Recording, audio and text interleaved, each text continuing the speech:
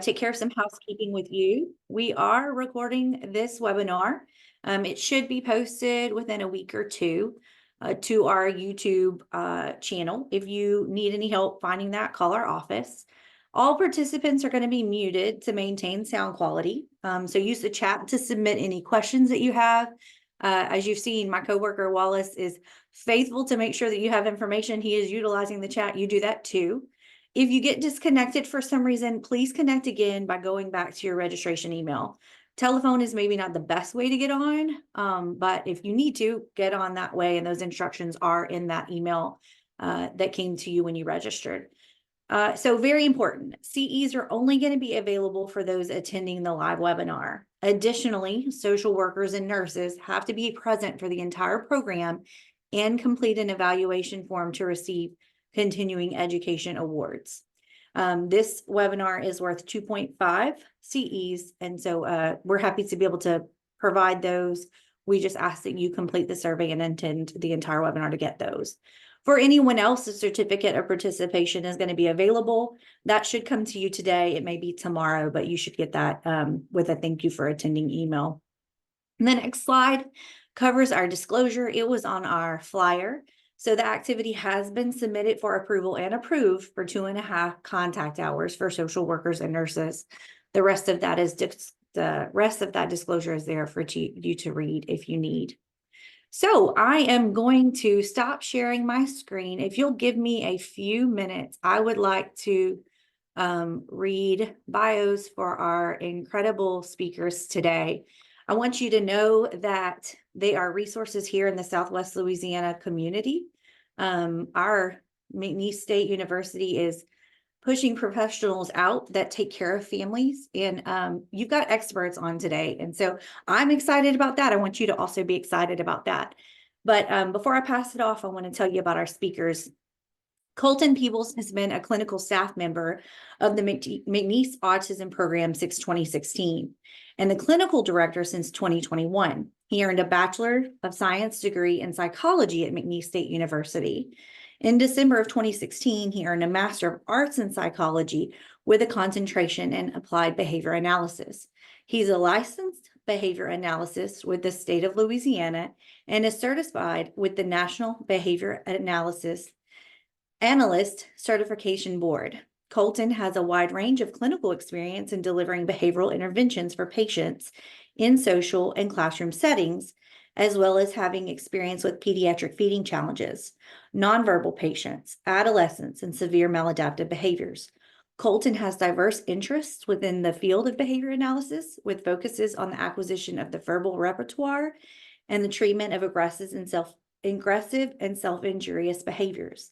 As a clinical staff member at the McNeese Autism Program, or MAP, Colton assists in the development of graduate intern students by regularly providing support, training, and supervision. Next will be Taylor. She graduated from McNeese State University with a BS degree in psychology in December of 2013, as well as a Master of Arts in Psychology with a concentration in applied behavioral analysis. She's practiced in the field of applied behavior analysis for 10 years and has presented research at the Gulf Coast ABA Conference, the Association for Behavior Analysis International Autism Conference, and the Association for Behavior Analysis International Annual Convention. She's a licensed behavior analyst and a nationally board certified behavior analyst. She's nationally trained specialist in the treatment of pediatric feeding disorders, and she is the lead behavior analyst for MAP patients receiving services for various feeding challenges pertaining to low caloric intake, type selectivity, and texture selectivity. Taylor also specializes in the treatment of dangerous behaviors such as self-injury and aggression. She's been appointed to a 2-year term as a subject matter expert for the BACB and will serve on the item writing committee for the national certification exam. We've got really good speakers here, guys. Last will be Lettie. She graduated from McNeese State University with a BS degree in psychology in May 2012, as well as with a MA in psychology with a concentration in applied behavior analysis. She's been employed by the McNeese Autism Program as a board certified behavior analyst since August of 2014. Lettie has had poster presentations accepted to conferences at the Louisiana Behavior Analysis Association, the Texas Association for Behavior Analysis, and the Southwestern Psychological Association. She has also presented research at the Louisiana Behavior Analysis Association conference. Lettie supervises interns in the Applied Behavior Analysis graduate program at McNeese State University, where they're trained and developed to become competent professionals in the field of ABA. She's worked with a variety of patients and age groups, but her main passion is fostering and developing independence and social skills in adolescents and young adults. Lettie's the director and creator of the Building Respect and Independence by Directing, Guiding, and Encouraging Socialization program. This program is offered at McNeese's Autism Program since 2017. Initially, the program started out as a way to build social skills for teens on the autism spectrum.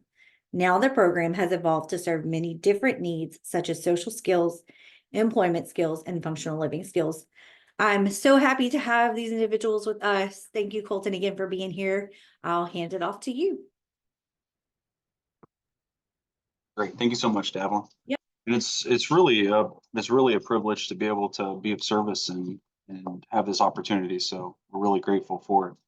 I guess we'll go ahead and get started. And earlier you had mentioned about some sound and sound quality, and I'm just sitting here in my office waiting for some kiddos to burst in. It's a pretty busy day at the clinic, especially at this time during recess and social time. So hopefully I can go on without too many interruptions. So what I'll be talking about for the next 20 to 30 minutes or so, we'll see if that is the time frame, is really navigating early diagnosis and therapy for children with autism.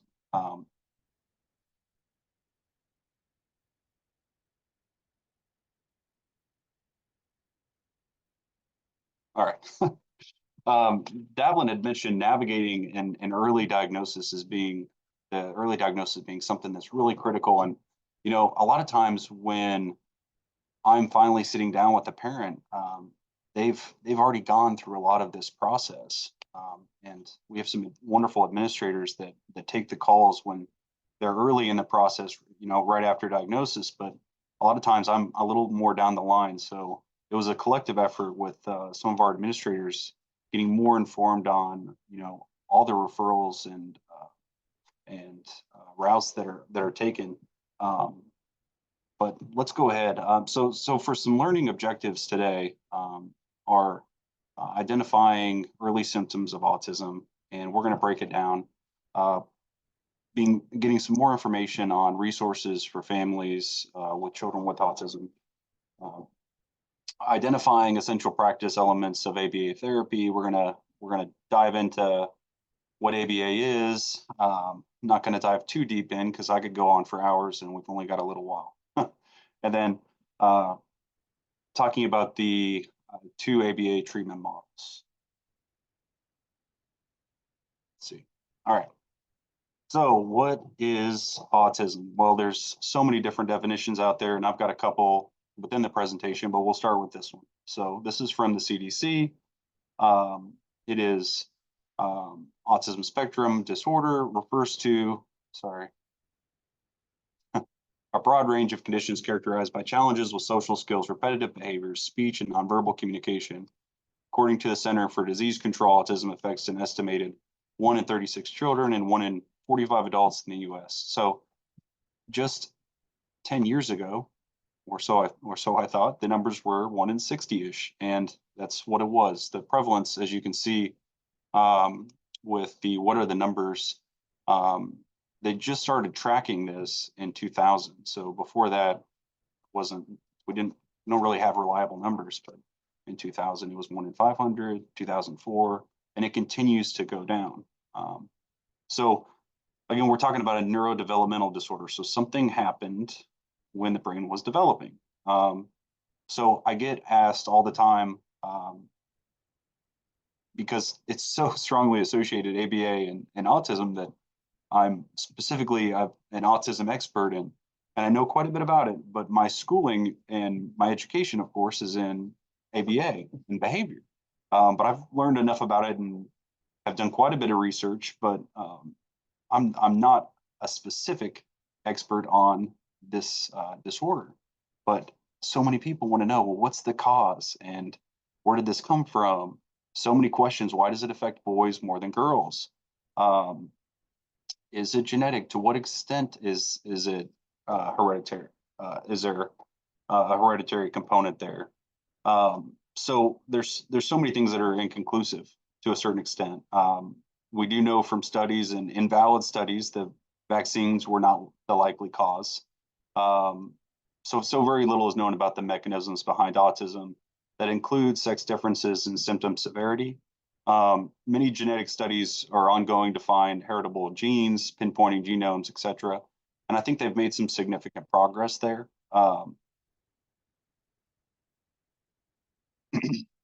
And then, you know, it's as the prevalence and the numbers continue to go down as far as the ratio, go down as far as increase in prevalence, it's, you know, what is happening there? Is it so much more likely? And I've got quite a few questions about that. And I believe the answer, I believe pretty strongly that the answer is, I believe it's remained pretty stable as far as how this has happened over time. I think that our culture has changed. Everything has changed. Public awareness has changed.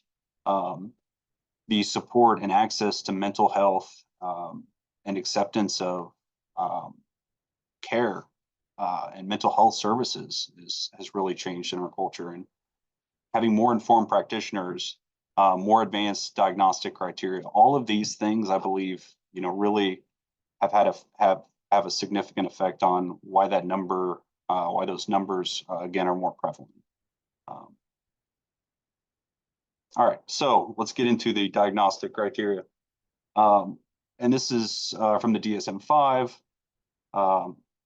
So we'll just start right off the bat with persistent deficits in social communication and social interaction across multiple contexts as manifested by the following currently or by history. So what we're going to talk about, what is commonly, of course, associated is there's communicative and social interaction deficits.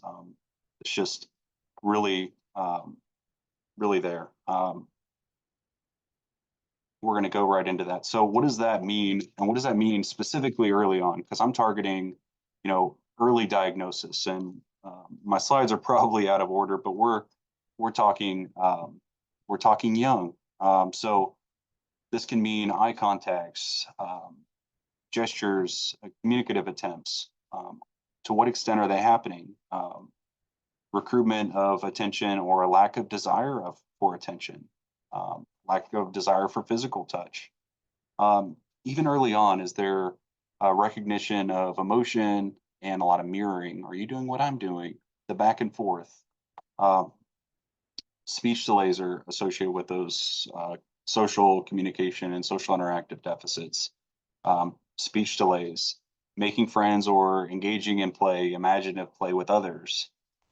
Sometimes super youngins may be seen as not really needy.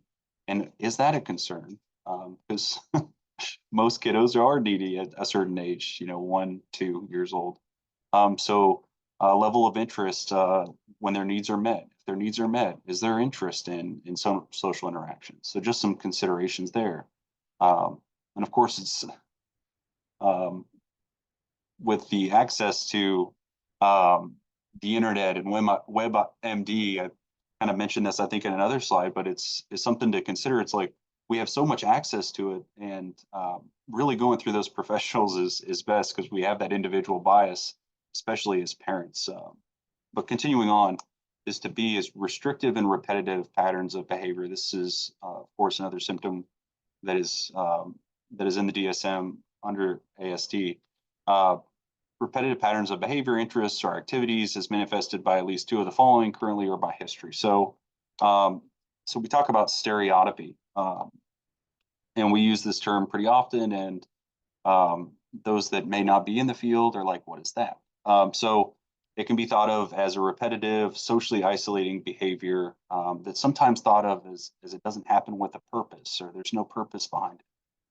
We're going to talk about that in a little while, that there usually is a function to that, or there's a purpose to that, but sometimes it can be seen as such, and it can be as can look at such as tensing, hand flapping, could be TV talk, these kind of things.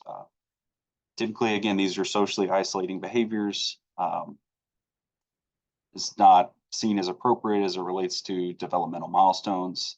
And then we could also talk about, again, repetitive and restricted interests, obsession with sameness, peculiar interests in fixation, lining up toys, potentially not playing functionally, these kind of interests, and I could go on about, potentially a little bit of restrictiveness as it relates to diet, but that will be covered shortly by Taylor.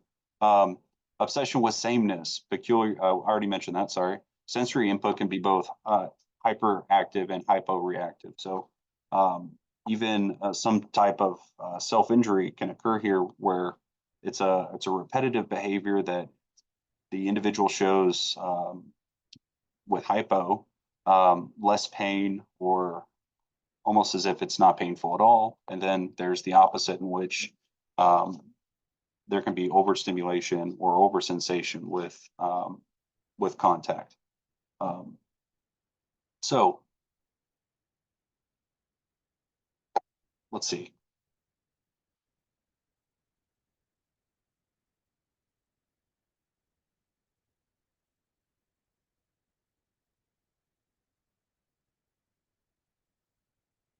Sorry, making sure that I was on the right page there. All right, so the DSM-5, it was published in 2013. So there's been some changes. For years and years, Asperger's was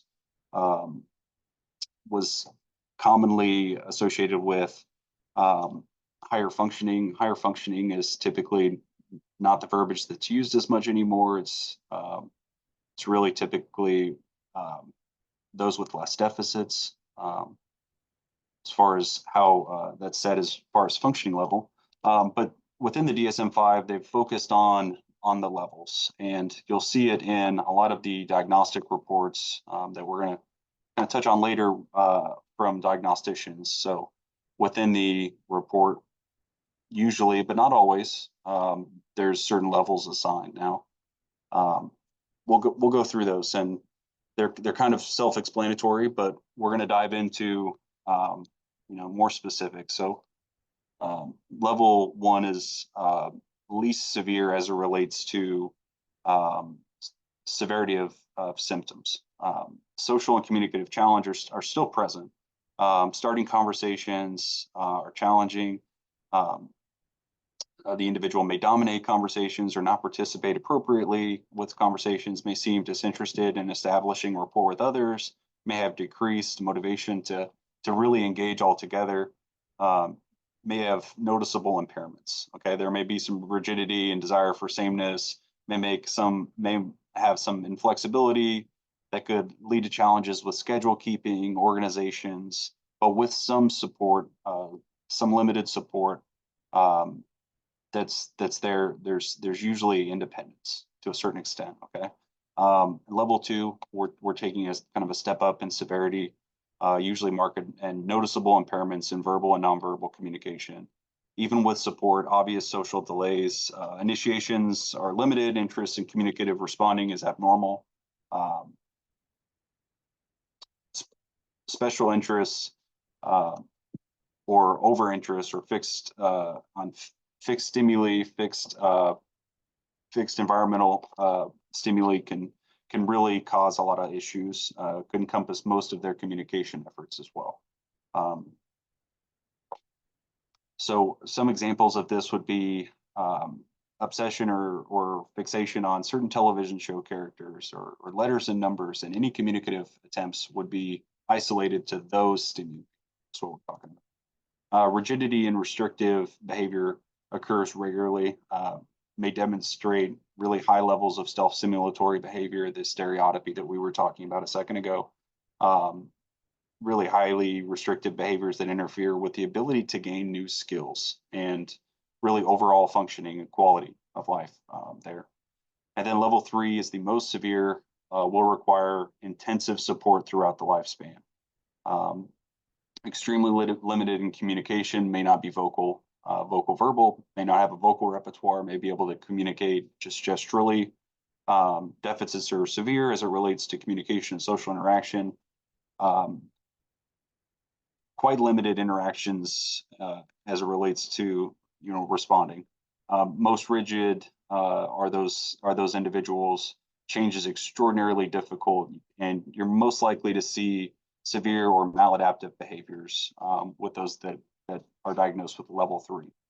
So here's another definition as we move on. And I think this definition is a little bit more my cup of tea. So autism spectrum disorder is characterized by varying degrees of difficulty in social interaction and verbal and nonverbal communication in the presence of repetitive behavior and or restricted interest. Due to the variability in symptom presentation, no two individuals with ASD diagnosis are the same with respect to how the disorder manifests and its impact on families. Because of the nature of the disorder, people with ASD often will not achieve the ability to function independently without appropriate medically necessary treatment. So I really like that definition, and it's an alternative definition, like I said to earlier.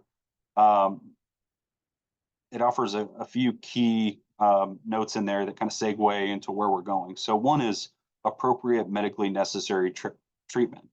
I can talk about ABA, but there's other, of course, resources and other therapies that learners with developmental disabilities, specifically ASD, can benefit from. And that will accompany or that will encompass a multidisciplinary approach to care. And then, of course, the second key thing that stuck out to me was the impact on families. This is this disorder, as we just talked about in the last slide, will require a certain amount of support throughout the lifespan. And a lot of times, of course, family is a part of that. So having children, there's always a certain extent and responsibility for decade and 2 decades, and to a certain extent beyond that. But with a child with ASD or developmental disabilities, this is really a disorder that impacts the families significantly. All right, so we'll go on here. An initial presentation. So this is kind of hard to say because we're talking about each case is super unique. Every human is unique. They can present in different ways with different symptoms on their own timelines. 30 years ago, an ASD diagnosis was really not occurring before the age of 5. I don't believe it occurred then. A decade to a decade and a half ago, diagnoses were much more common at the age of 5, and within the last decade, many ASD children are able to be diagnosed much earlier than the age of 5. Many children are diagnosed by the age of 2 now, and they can be diagnosed before the age of 1. So again, that's not every child, but that is occurring in today's age, which is really something. So they're occurring at a younger age, the diagnoses, than they did before. So possible signs during development, well, 6 to 9 months. Some notes there and some consideration is lack of expression or joyful interaction, lack of eye contact. 12 months, we're talking about the babbling and the communication with the utterances, back and forth interactions, although minimal. Are they occurring, and to what extent are they responding to their name? 16 to 24 months, really, again, a focus on communication. Is it developing? Are they meeting those milestones that you've talked to the pediatrician about? Those questions that they're asking those parents. Other possible signs to look for: loss of skills, sensory defensiveness. Are things too loud? Or things too? Are some things really challenging for them? Some certain areas. Are they overly sensitive potentially to different temperatures, these kind of things? Are there repetitive behavior, stereotype behaviors, and is there a preference to being alone? And I can say this is a slide here that, you know, as far as initial presentation, we could talk about for quite some time as well, because it can present so different again to each individual. I have, you know, years of kind of anecdotal evidence on this. One thing that you know, that I've seen is I've seen children. I've seen and spoke with parents that have had children meet those milestones, 6 months, 9 months, 12 months, 15 months. Everything is going, and some are even ahead of a lot of their milestones. They were walking or pulling up before, they were babbling before, and then they stopped. The skills no longer continued to flourish. They plateaued in a sense, and then they started to drop those skills altogether. They lost the eye contact. They lost the communicative attempts, the utterances. So really, it's so individualized.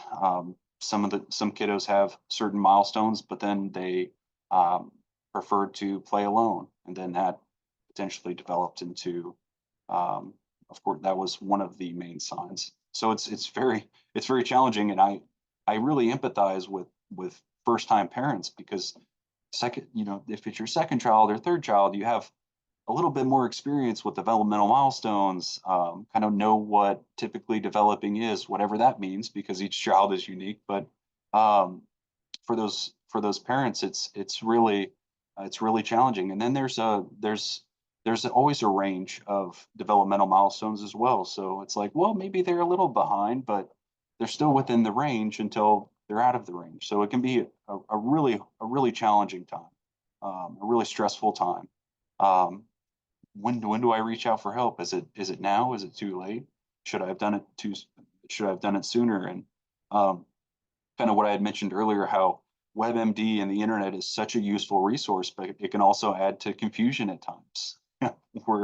we have our certain bias at times, and we can self-diagnose and sometimes not have, you know, the ability to really see it objectively.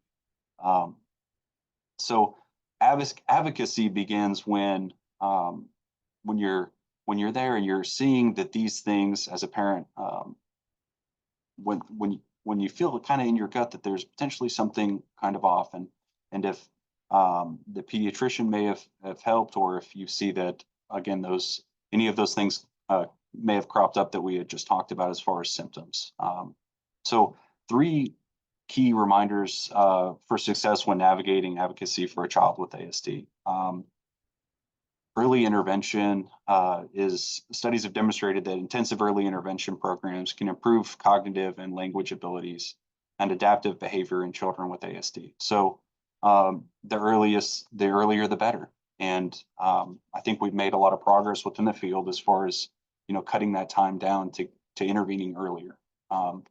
So a multidisciplinary approach, and I'm fixing to talk about that just right here at the bottom of the slide, but trying to get a well-rounded support across therapies and across professionals. I believe that each has their own specialty. They're both each has their own area of education and specialization, and having that multidisciplinary approach is best practice.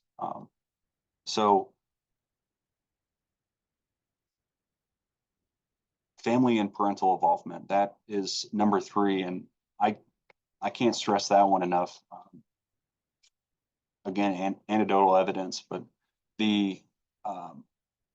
it's also, of course, supported empirically. But the more a family is involved in compliance with care, initiative in care, these make huge differences in not only, of course, advocacy, but potential for success with treatment. So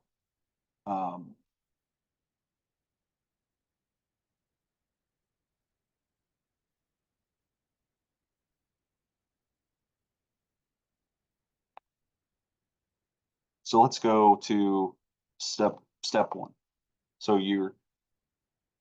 the parent recognizes some challenges, and then going to the pediatrician. Oftentimes, of course, they're going to send out a referral to a diagnostician. Does the pediatrician, though, do they validate your concern? Don't be afraid to get in a second opinion. And this really goes for a lot of the professionals that we're going to be talking about as it relates to diagnosticians and certain therapies. Do you feel comfortable? Is this something that feels right to you? Does it meet the expectations that you set for, of course, your family and for your child? The time is critical. However, taking those actions and getting into those providers is that step. So, of course, another reason to see the pediatrician is that is one of the first lines in order to get to a diagnostician. But with autism, there's co-occurring conditions that have to be that are oftentimes associated. Gastrointestinal symptoms that include constipation, loose stools that potentially lead to feeding issues. So it's very common. Sleep problems are very common as it relates to going to sleep, staying asleep, poor sleep hygiene, erratic waking, etc. Epilepsy and seizures, again, something to look out for, something that's co-occurring, and then ADHD, anxiety, and depression. So just some things that are co-occurring. So specifically in Louisiana, as it relates to a diagnostician, do your homework. And I have some references or referral forms that I could send to Davlin, and we could get sent out. They are for our local area. I don't know to what extent this would be beneficial statewide, but would be happy to send them out. But do your homework, and as a parent, of course, and then try to get on as many as possible. These wait times can be can really vary. I've seen some that were 3 months, 6 months, a year, 2 years, which is really hard to wrap my head around. But in Louisiana, these diagnosticians are primarily psychologists or child psychologists, psychiatrists, and sometimes psychiatrists, physician's assistants, or psychiatrists, nurse practitioners. But that's typically those professionals that are doing the diagnosing.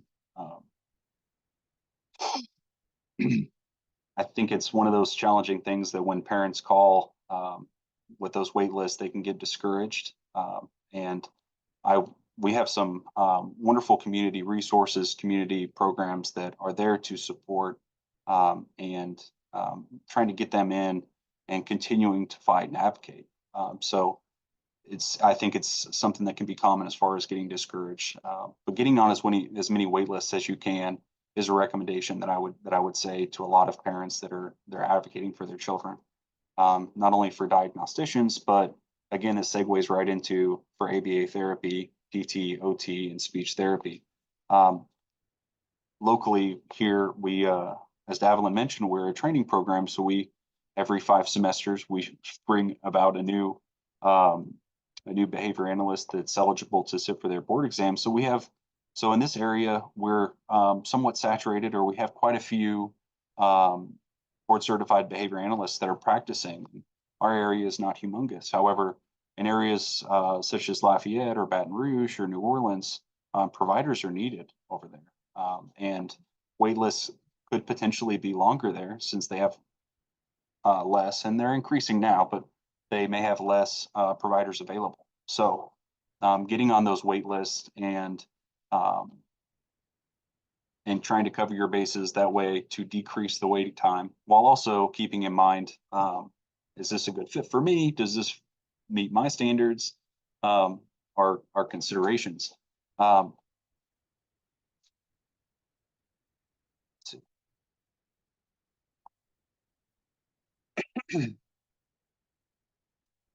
And to my knowledge, PT and OT and speech therapy can also be similar as it relates to wait times. It's again one of those really frustrating things. I believe that those advocating parents have to deal with.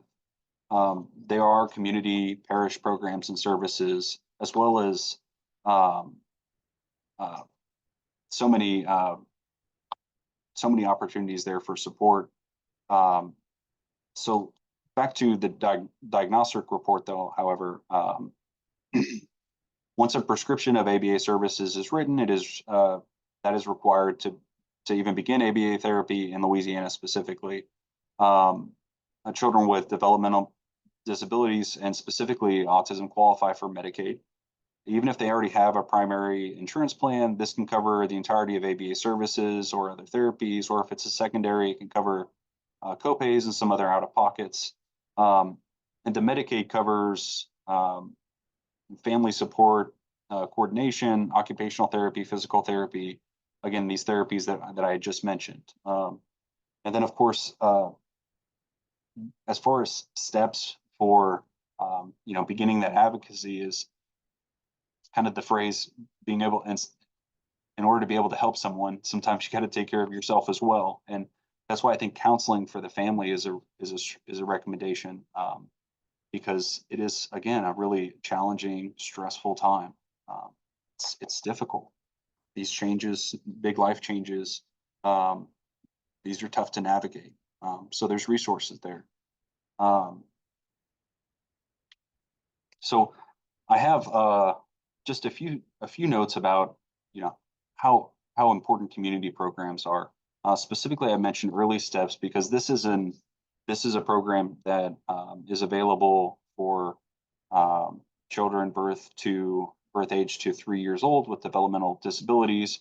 Part of the Louisiana Department of Health, Early Steps offer services beyond what Medicaid covers. And then, of course, community programs, huge as far as assistance with accessing services, delivering peer and emotional support, education on healthcare processes, and support, et cetera. Really, really, really helpful. And the list goes on as far as to what extent these, a lot of community programs are able to assist.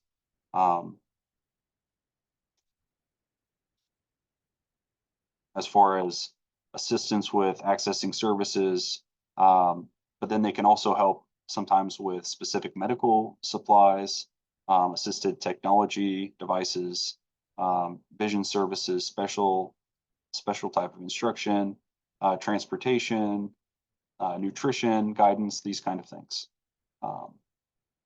So we're going to dive into, and I'm going to try to go a little quicker because I'm obviously longer winded today, but we'll go into a little bit about ABA.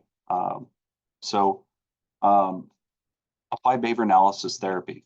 Applied behavior analysis is the science in which tactics derived from the principles of behavior applied to improve socially significant behavior, and experimentation is used to identify the variables responsible for the improvement of behaviors. So to break it down further and really get it simple, because that's how I like it, is applied stands for really socially significant, real life, important to the individual or society, it's socially relevant. Again, that potential change will benefit the recipient. And then the behavior is, of course, it can come in all sorts of different behaviors. A certain behavior can, but they're behaviors of interest and they're observable and measurable. They can be seen. And analysis is evidence-based. It's a demonstration of experimental control. We're data-driven. Interventions used are backed by research and evidence. So if you're ever asked, or if you ever feel like, oh, the ABA, it's really socially significant. Behavior is observable and measurable, and we're evidence-based and we're data-driven. Okay, so the two treatment models, of course, there's maybe a little overlap, but focused ABA treatment is direct therapy to the client for a small number of behavioral goals.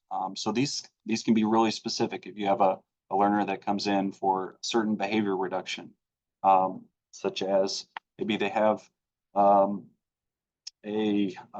property destruction challenge or an elopement challenge. That could be used potentially a consideration for behavior reduction. FCT is functional communication, so they're coming in just for training functional communication. Of course, I had to put toilet training on there because it's in one of my areas of interest, it's something that we're constantly trying to improve on. Is to what extent can we toilet train in a rapid way those learners that may have struggled and have aged to the point where it's a need now.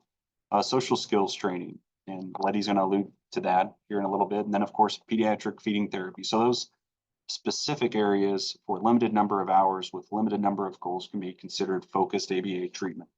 Whereas comprehensive ABA treatment is, as one would think, it's more comprehensive. There's direct therapy to the client for a large number of behavioral goals that extend to the affective domains of communication, social, emotional, cognitive, and imperative impairments. We're talking about a lot of hours a week, 30 to 40 hours per week, direct and indirect supervision, training across environments, parent training, really all of the things. And an example, of course, is of comprehensive ABA treatment is early intensive behavioral interventions. And we'll talk about that just now. So early intensive behavioral interventions. So really we're talking about early, and we're talking about usually sometimes before the age of 2, but around 2, 3, 4 years of age. Intensive, we're focusing on hours, and usually it's 30 plus hours. Behavioral is these behaviors of interest that are socially relevant, and these interventions are, of course, empirically supported. They have been researched and they're put in place to impact that learner's life for a lot of different skills, for a lot of different repertoires in order to make improvements.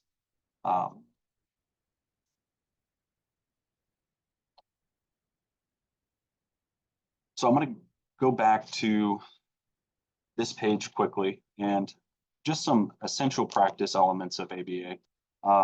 So we do comprehensive assessments, and we're analyzing the behavior as at its baseline. A certain behavior, it could be a behavior of interest for reduction or challenge, or it could be a behavior where we're attempting to increase the skill set. We're looking at a baseline behavior and then tracking that behavior to a treatment goal to, of course, increase or decrease. Constantly considering current and future goals. To what extent are they socially relevant, are going to benefit the individual? And let's say an example here is imitation is a concern, or their imitative repertoire, but at the moment they don't have the ability to look at you readily and attend to you and have eye contact. And for that instance, well, like we're not quite ready to focus on imitation because they don't have some of those prerequisite skills yet. And that's not saying that they're not going to, but we want to focus on those first. So a practical focus on establishing small units of behavior that build towards a larger goal to improve overall functioning and health. And this is really just a slow process of shaping a lot of times.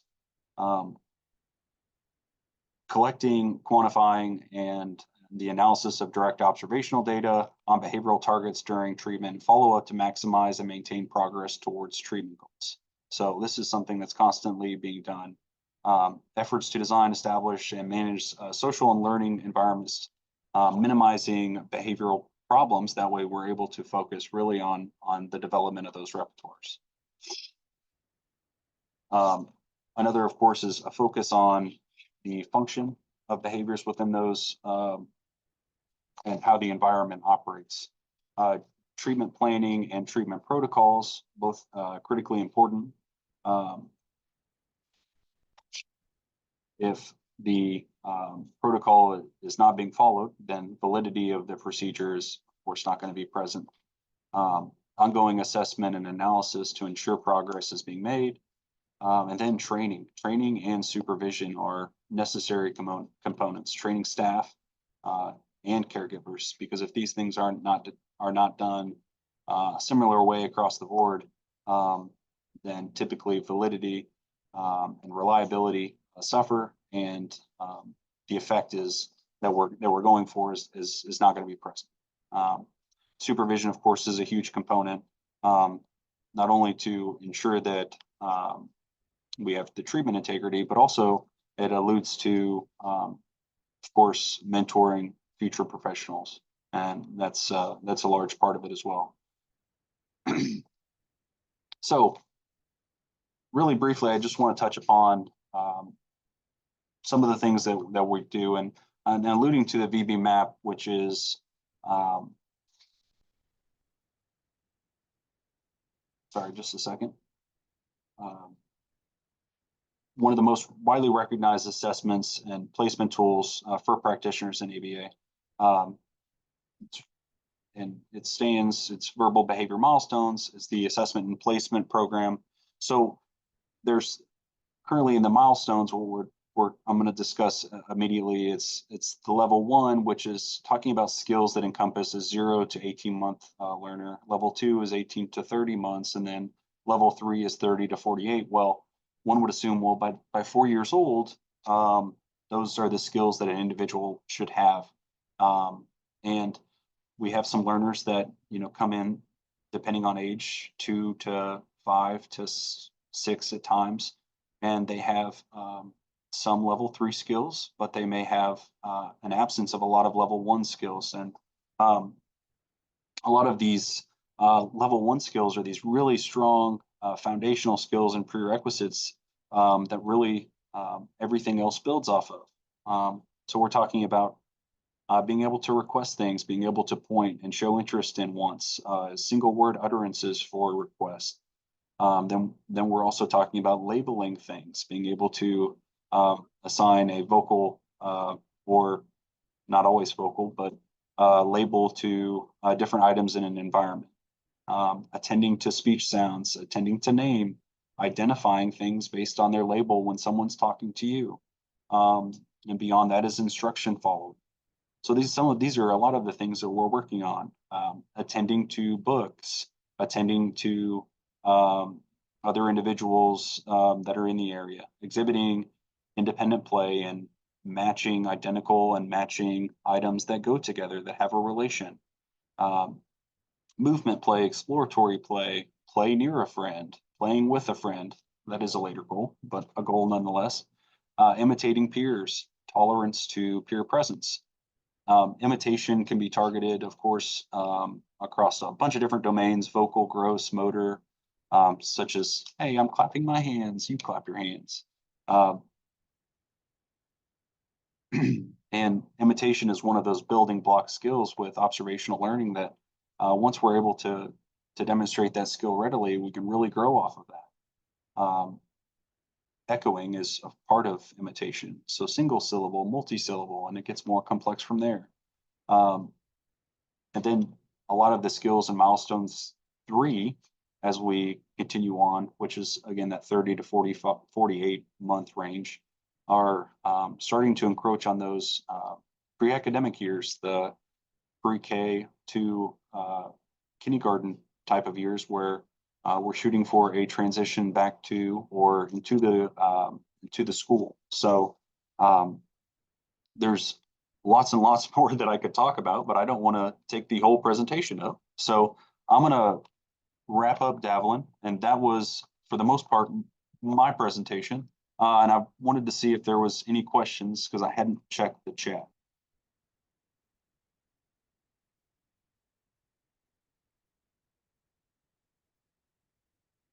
Okay, we had a hand raised earlier, and we were telling people that we would take chat at the end. So I guess this might be considered the end because it's the end of your presentation. And the hand was raised from Amy Floyd. So I'm gonna see if she has any questions.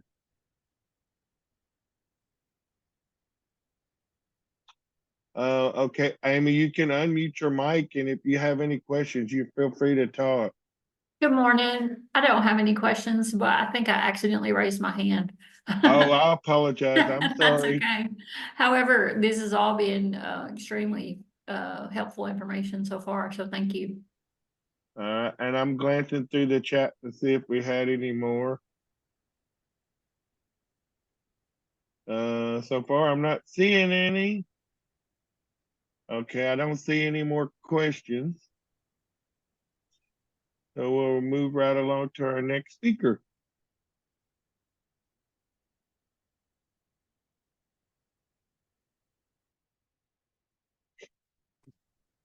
All right, that would be me. Hey everyone, I am Taylor DeWoody. I appreciate Davlin for that very generous introduction earlier. I'm going to go ahead and share my screen real quick. I'm going to be talking to you guys about navigating pediatric feeding challenges, specific to you know, kind of screening for that, and then also our role as a behavior analyst in the treatment of that. So let's see.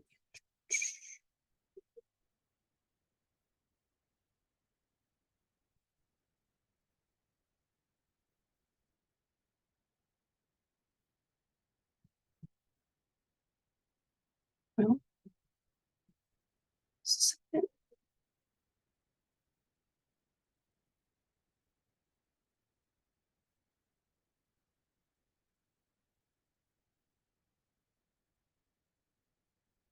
okay.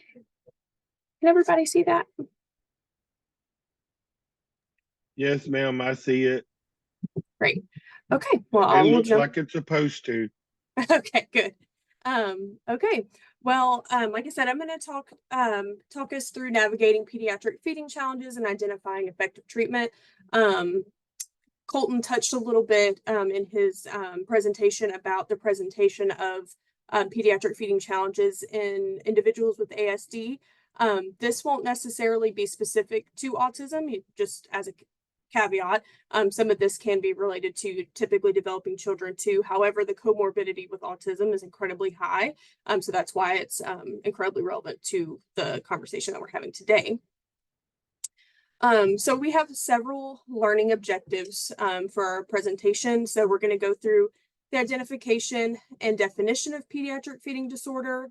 We're going to talk through screening and making referrals for further assessment, various disciplines involved in multidisciplinary feeding therapy, and behavior analytic services for improving quality of life for children with PFD and their families. So that would kind of be our role within the field of psychology, and specifically ABA, how we contribute to those multidisciplinary teams. I wanted to go through all of these different factors, mostly because the diagnosis of pediatric feeding disorder is relatively new. Historically, we've had the diagnosis of ARFID, which was avoidant restricted food intake disorder, but this kind of encompasses several other domains that diagnosis did not cover. So this kind of gives us the general framework, the conceptual framework, and the general consensus definition. So it also helps you to kind of identify and screen that with the individuals that you may work with or as parents.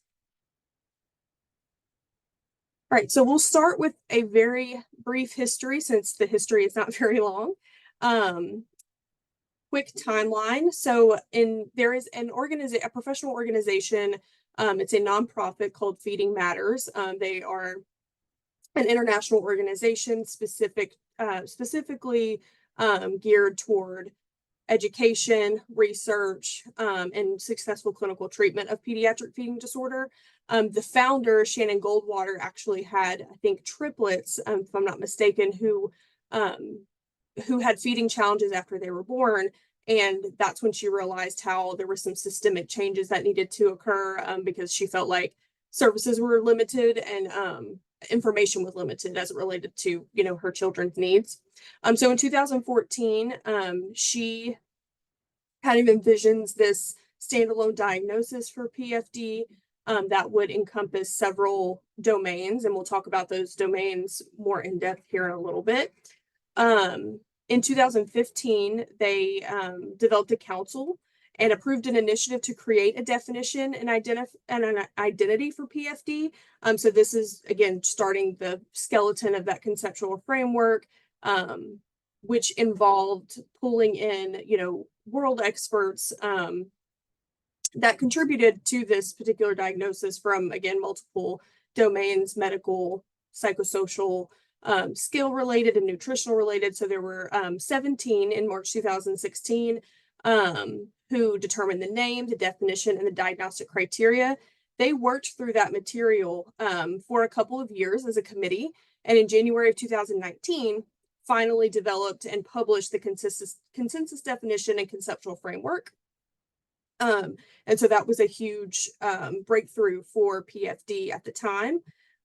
Shortly after that, they started presenting it and proposed it for an independent ICD code with the CDC. And just recently in 2020, it was actually approved, and it was included in the ICD-10 in October of 2021. So like I said, this diagnosis specifically is a little bit more comprehensive than feeding diagnoses have been in the past, and also considers a number of factors and a number of disciplines in its evaluation. So we'll start with learning objective 1, which makes the most sense, right? Identification, definition of pediatric feeding disorder. So the committee that I just talked to you about, the 17 individuals that published the paper, Gaudet et al., they define pediatric disorder as impaired oral intake that is not age appropriate. It's associated with medical, nutritional, feeding skill, and or psychological dysfunction. And so this could either be acute. So sometimes you would see acute onset that was less than 3 months in duration. Other times it was chronic, so it was longer than 3 months. In the proposed definition, impaired oral intake is meant to refer to the inability to consume sufficient food and liquid to meet their nutritional and hydration requirements. This excludes the taking medications or the refusal of atypical or unpalatable food. So obviously, if it's reported that a child's not eating something that most wouldn't, if it's not palatable, then that would not be considered for diagnosis there. And also to eliminate any transient feeding problems associated with, temporary illness, etc. The symptoms do have to present for longer than 2 weeks in order to be eligible. It is also important to note that PFD is distinguished from other eating disorders. So this does not fall under the same umbrella of anorexia, bulimia, specifically because there is the absence of body image issues with relation to PFD. I wanted to outline the 4 major domains because I've mentioned those a couple of times already. All of these 4 domains are important for several reasons. It's a more holistic approach to feeding diagnosis and treatment because all of these domains, as you'll see throughout this presentation, can be interrelated. So dysfunction in one of them can lead to or perpetuate dysfunction in any of the others. And so those big 4 that we're going to talk about are medical, nutritional, feeding skill, and psychosocial. And this might be a little small on your screen. I hope it's not. But there are a number of factors across those domains that might contribute to or exacerbate pediatric feeding issues. And so again, a lot of times these originate maybe with organic factors like medical issues or feeding skills, and this can even be, down to motor skills that contribute to some of that aversive quality of feeding, which is where, we come in terms of trying to counter condition that a little bit. But in the medical domain, you may see things like kids are at risk of pediatric feeding disorder when we see upper GI tract dysfunction, any diseases of the airway and lung, congenital heart disease, neurologic impairment, and then neurodevelopmental disorders such as autism. We also, feeding skills are a huge component of this. So some kids might be unsafe oral feeders. So they might have risk of choking. They might have risk of aspiration, cardiorespiratory events during their oral feeds, and other adverse events. So obviously there's a continuum of severity here kind of across domains and across children, and individualization is important. So that's why that collaboration across domains is so critical. Some of our kiddos have experienced delayed feeding skills, so unable to consume the age-appropriate liquid and food textures. So sometimes anecdotally, we'll see that clinically as, maybe a 5-year-old who's still only eating purees, or still only wanting to, a 3-year-old who still almost exclusively wants to drink formula. And then inefficient oral feeding. So this presents as prolonged mealtime duration. So this can be, you know, maybe extended bottle feeds in infants all the way up to, you know, kids who are grazing. And so a 5-year-old, 6-year-old who picks at their food and it takes them an hour and a half to eat a meal, or really kind of picks at food all day and never really sits to eat a meal. We also have nutritional concerns. So restricted quality, quantity, and or variety of foods and beverages consumed is a huge risk here for malnutrition, overnutrition. So some kids are so selective that they only eat certain food groups and not others. And so sometimes we see overnutrition with, you know, excess of carb consumption, et cetera. And then those who maybe are more restrictive overall, we see micronutrient deficiencies or toxicities and dehydration. And again, that major concern is that restricted dietary diversity. There have been reported cases in programs that take pretty severe pediatric feeding cases of, you know, scurvy, for example, which is a result of vitamin C deficiency and has largely been eradicated. But we do see the presentation of those things, again, when we see that really restricted dietary diversity. And you can kind of see how like that gives you the skeleton of how this kind of vicious cycle perpetuates, because if we have medical issues that lead to feeding restrictions, nutrition is compromised, we go back to, you know, a worsening medical status or even another medical issue. So again, that's why we want to make sure that we're keeping an eye on all of these. And then the psychosocial factors. So we might have learned feeding aversions. That could be something as simple as a common example, you know, food poisoning. We've all had an experience where we've eaten a certain type of food, or we've eaten at a restaurant, we've gotten sick and we're like, I'm never eating that again. Or it takes us years upon years upon years to want to eat it again. And so with some of our kids, especially those on the autism spectrum, sometimes those experiences are aversive enough that it restricts, you know, every single food that maybe gives them a stomach ache, or didn't directly give them a stomach ache. Maybe they have it for another reason, but they make those associations and they just narrow that food repertoire more and more to try to avoid some of those aversive consequences of eating. Even if they aren't directly related, if they make that association, sometimes it can present during meal times. There's also, you know, maybe stress and distress. That includes the individual eating, but also the family.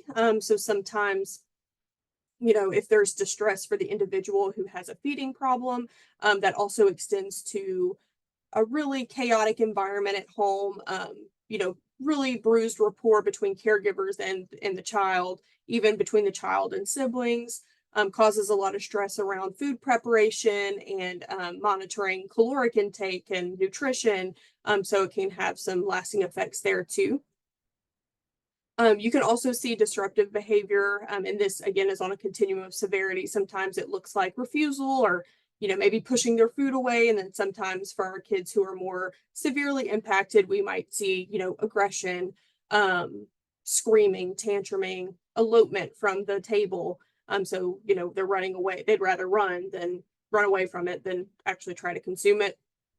And this can even be something they've, you know, historically liked, and, you know, now triggers some of these behaviors based on its new associations. Sometimes we have over selectivity. This can be a couple different things. So food selectivity might be by texture. So some kids have a texture preference. I mean, I know a lot of individuals, even that are typically developing, that have certain textures that are a hard no for them, or maybe are more preferred. That can be by texture, that can be by type. So some, you know, really favor carbs, some really favor fruit and not vegetables. So they have, you know, this tendency to overindulge in some food groups and totally eliminate others.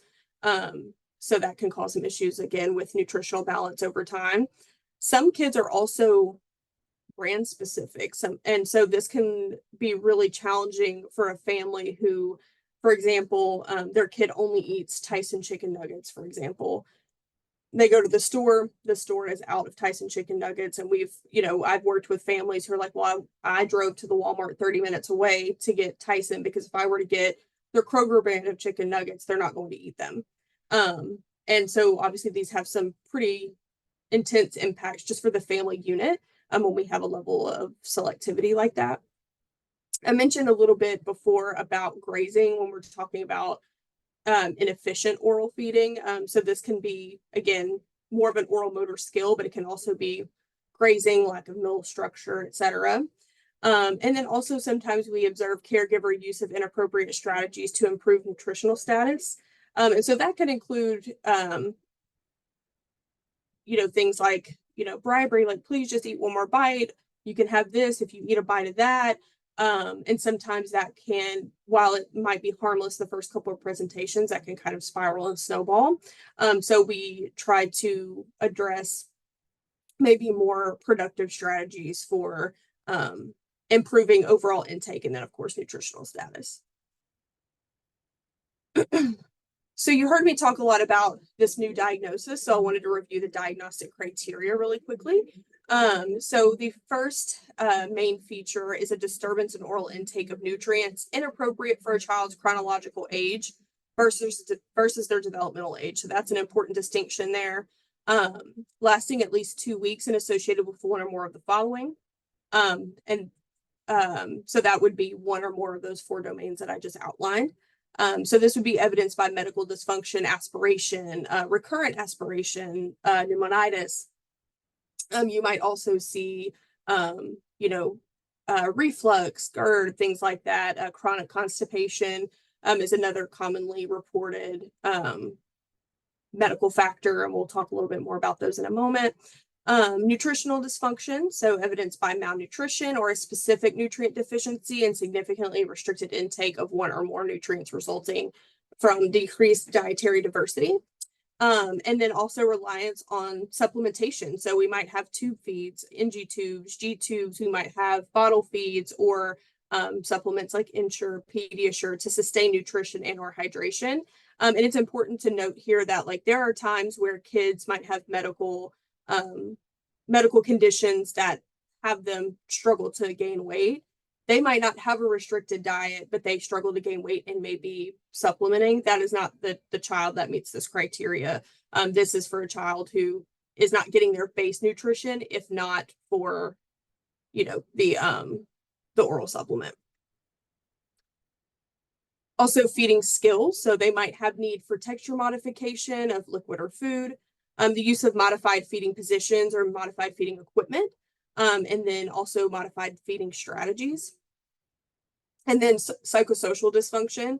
So this might look like active or passive avoidance behaviors by children when feeding or being fed, inappropriate caregiver management of a child's feeding or nutrition needs, disruption of social functioning within a feeding context, and disruption of caregiver-child relationship associated with feeding. So I'll talk a little bit about that specific section a little bit later. But again, kind of keys to all the environmental factors that could be contributing to low intake or just poor oral feeds. The second major consideration for the diagnostic criteria is that it occurs in the absence of the cognitive processes consistent with eating disorders. So I mentioned that a little bit earlier. The pattern of oral intake is not due to a lack of food or congruent with cultural norms. So again, there should not be those influences when applying this diagnosis. And it can be diagnosed as acute or chronic, as I mentioned before. Okay, so now that we have a proper diagnostic, like a framework for conceptual understanding, diagnosis, etc., now we can kind of look at what is the prevalence of PFD as of right now in terms of our, pretty infant data, and then what does proper screening look like? So we want to, look at screening it and then making referrals for further assessment. That's why understanding the domains and the professionals associated with those domains is really helpful, mostly because, again, to address all of those different factors, it really does require some sophisticated coordination of care to make sure that those things are addressed and you're not just kind of chasing this unattainable solution to your struggles with feeding.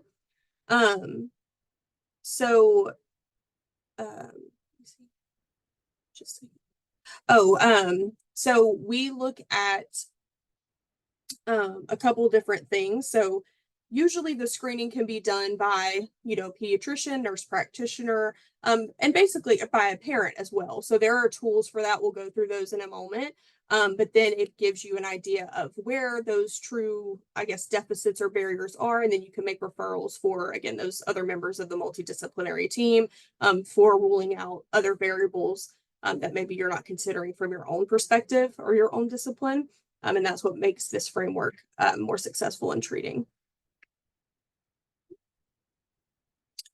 A study conducted by Kovacic et al. In 2020 reported that the prevalence of PFD is actually between 1 in 23 kids and 1 in 37. So it's still a little bit of an average considering we don't have an abundance of data. We've only had this diagnostic code for a few years. But that's for children under the age of 5 annually in the US. And according to the National Center of Birth Defects and Developmental Disabilities with the CDC, this rate is very similar to the prevalence of other childhood conditions such as autism, which is 1 in 36, as Colton mentioned before, which is understandable. Like I said, the comorbidity is incredibly high for feeding challenges with ASD, but it's even higher than, much higher than the prevalence of like cerebral palsy, for example. However, there's a lot less, because it's so in its infant stages, we have much less awareness and much less framework for successful treatment and collaboration across disciplines as we do some of these other conditions. And it's important that we collaborate and we hold ourselves accountable across disciplines because usually feeding problems are the result of multiple factors that influence the other. So I refer to it as the perfect storm. So all of those issues across domains need to be addressed and mediated to increase the probability of success for intervention. And what I mean by that is, just as an example, children sometimes will maintain, a certain tongue thrust reflex if they've been supplemented by bottle. But then parents report, well, I try to feed her solid foods, but she spits it out. And so maybe we're trying to address that behaviorally, only to find out that that was never going to be effective because she's maintained this reflex, and that needs to be addressed by, a speech language pathologist or an OT or somebody like that. That's more within their wheelhouse. But we were never going to be effective if we didn't screen for that, make that referral, and have that addressed. Her prognosis would not have been as strong had we not considered that. So, Feeding Matters, the organization that I mentioned earlier, partnered with internationally renowned thought leaders representing multiple disciplines related to feeding to develop the infant and child feeding questionnaire. This is through research. Silverman in 2020, they showed that it accurately identifies and differentiates PFD from typical feeding development in children 0 to 4 years of age based on caregiver responses to 6 specific questions. The research on this tool is ongoing to best facilitate early identification. So they want to be able to identify it as early as possible. That way, we can address it as soon as possible and improve the prognosis. Most of the time, learning to eat is a progressive developmental process. Children are often naturally motivated to engage in age-appropriate mealtime behaviors, as long as they're, all these domains are functioning successfully. A child is more at risk for developing a pediatric feeding disorder when any of these systems are not functioning optimally. So if there's underlying or pre-existing challenges in one of those 4 domains, as we mentioned earlier, that's where we kind of run into some trouble. And then this is just a quick snapshot of that 6-question subset. This is available online at Feeding Matters, and I can share those resources via email if anybody is interested. But it's also, again, on their website if you want to kind of poke around. This is a very brief 6-question subset, again, has really strong data and is evidence-based in terms of how well it screens for PFD. It does mention in the scoring criteria that red flag answers are in orange. So if a parent or caregiver responds to 2 or more in orange, you'd want to either contact a pediatrician or refer to a pediatrician, or, kind of refer to the professional that is indicated by the symptoms that they're presenting. If you have concerns either as a parent or a professional, there's also a more extended questionnaire that you can do on the website. So it just kind of goes into these, I think it's between 18 and 20 questions. So it just expands a little bit on this one. But typically the 6-question subset is sufficient in screening for PFD on a very broad scale. So I mentioned referral by symptoms, and so we'll look at that kind of across domains. So with medical, we might see labored breathing with and without feeding, color changes in lips or face when eating or drinking. That's a lot of times, kids that are having, trouble with coordinating their breathing while they eat, sweating when eating or drinking, gurgling or squeaking sounds with or without feeding, recurrent upper respiratory infections, crying, arching, coughing, and grimacing when eating or drinking. That's very common in babies with reflux.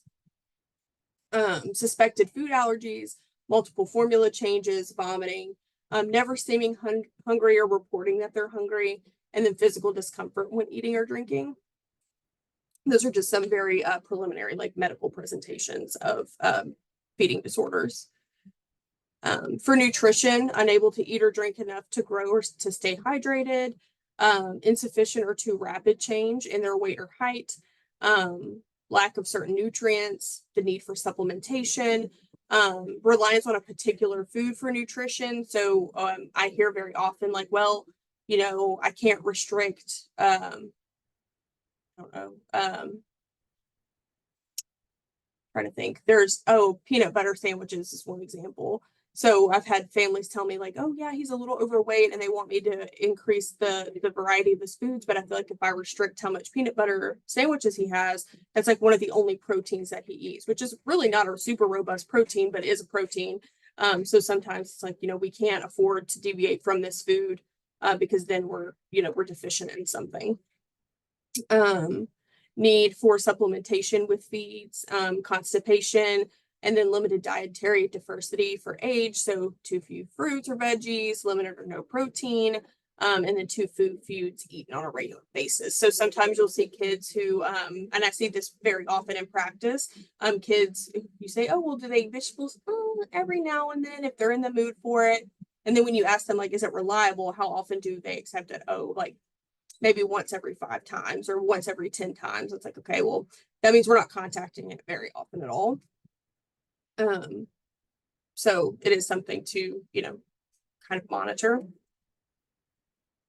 I have 2 slides for feeding skills because it kind of breaks it up into, infant skills and then child skills because those look a little bit different.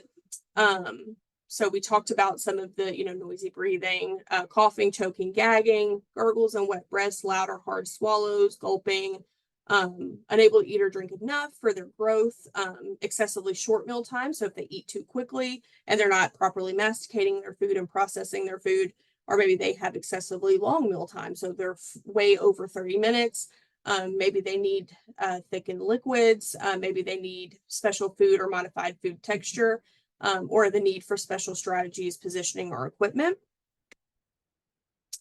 Specific to infants, maybe they're unable to latch to a breast or bottle. They have a weak suck.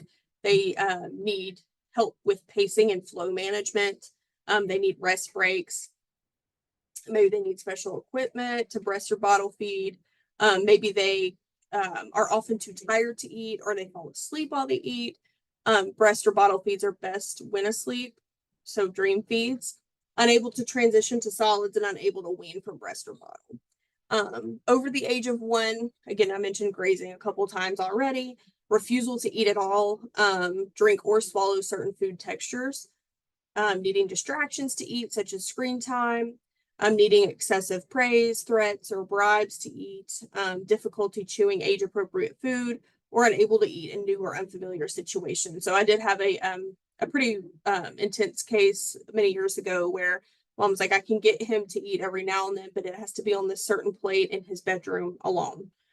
So if it was at a grandparent's house or at a restaurant, he wouldn't eat outside of that situation. And it caused a lot of difficulty for parents, even like holidays or taking vacations. They couldn't afford to travel based on the health implications. So some of those things, again, can present in pretty severe ways. In the psychosocial domain, they may be unable to come to or stay with the family at meals. Maybe that's because, they elope from meals because it's an aversive variable, or maybe they just tend to pace or walk around. Refusal to eat what's offered or to eat at all. Sometimes that can happen too, where we have total refusal, where, our kids don't eat anything. Maybe disruptive mealtime behavior. So again, I mentioned, aggression, crying, tantrums, pushing food away, throwing food is another common one. Unable to eat with others present at mealtime. So maybe they'll only eat by themselves. Caregiver stress, worry or fear when feeding the child. Child also exhibits stress. Sorry, I skipped that one. The presence of vibes, threats, or yelling. Need for distractions or rewards, and unpleasant mealtime interactions between caregiver and child. So a lot of times you see pretty bruised rapport by the time someone is referred for, kind of behavioral services for feeding, because it's a really aversive time of day for the entire family based on, the various stressors that come with it.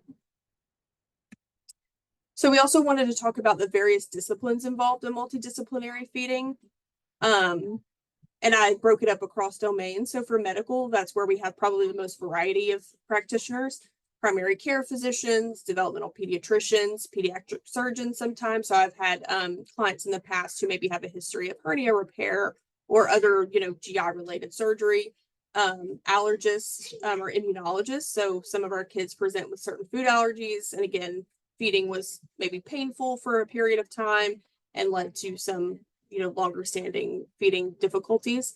Cardiologists, dentists. So dentists will sometimes look at oral motor function and oral motor structure.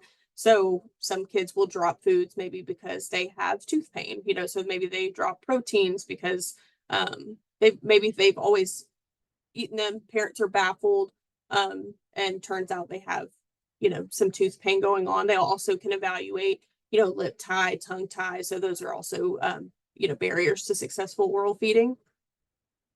Endocrinologists, gastroenterologists, geneticists, neurologists, nurse practitioners, ENTs, pulmonologists, and radiologists. That is not an exhaustive list, and none of these really are, but that's predominantly the ones that are working with pediatric feeding cases.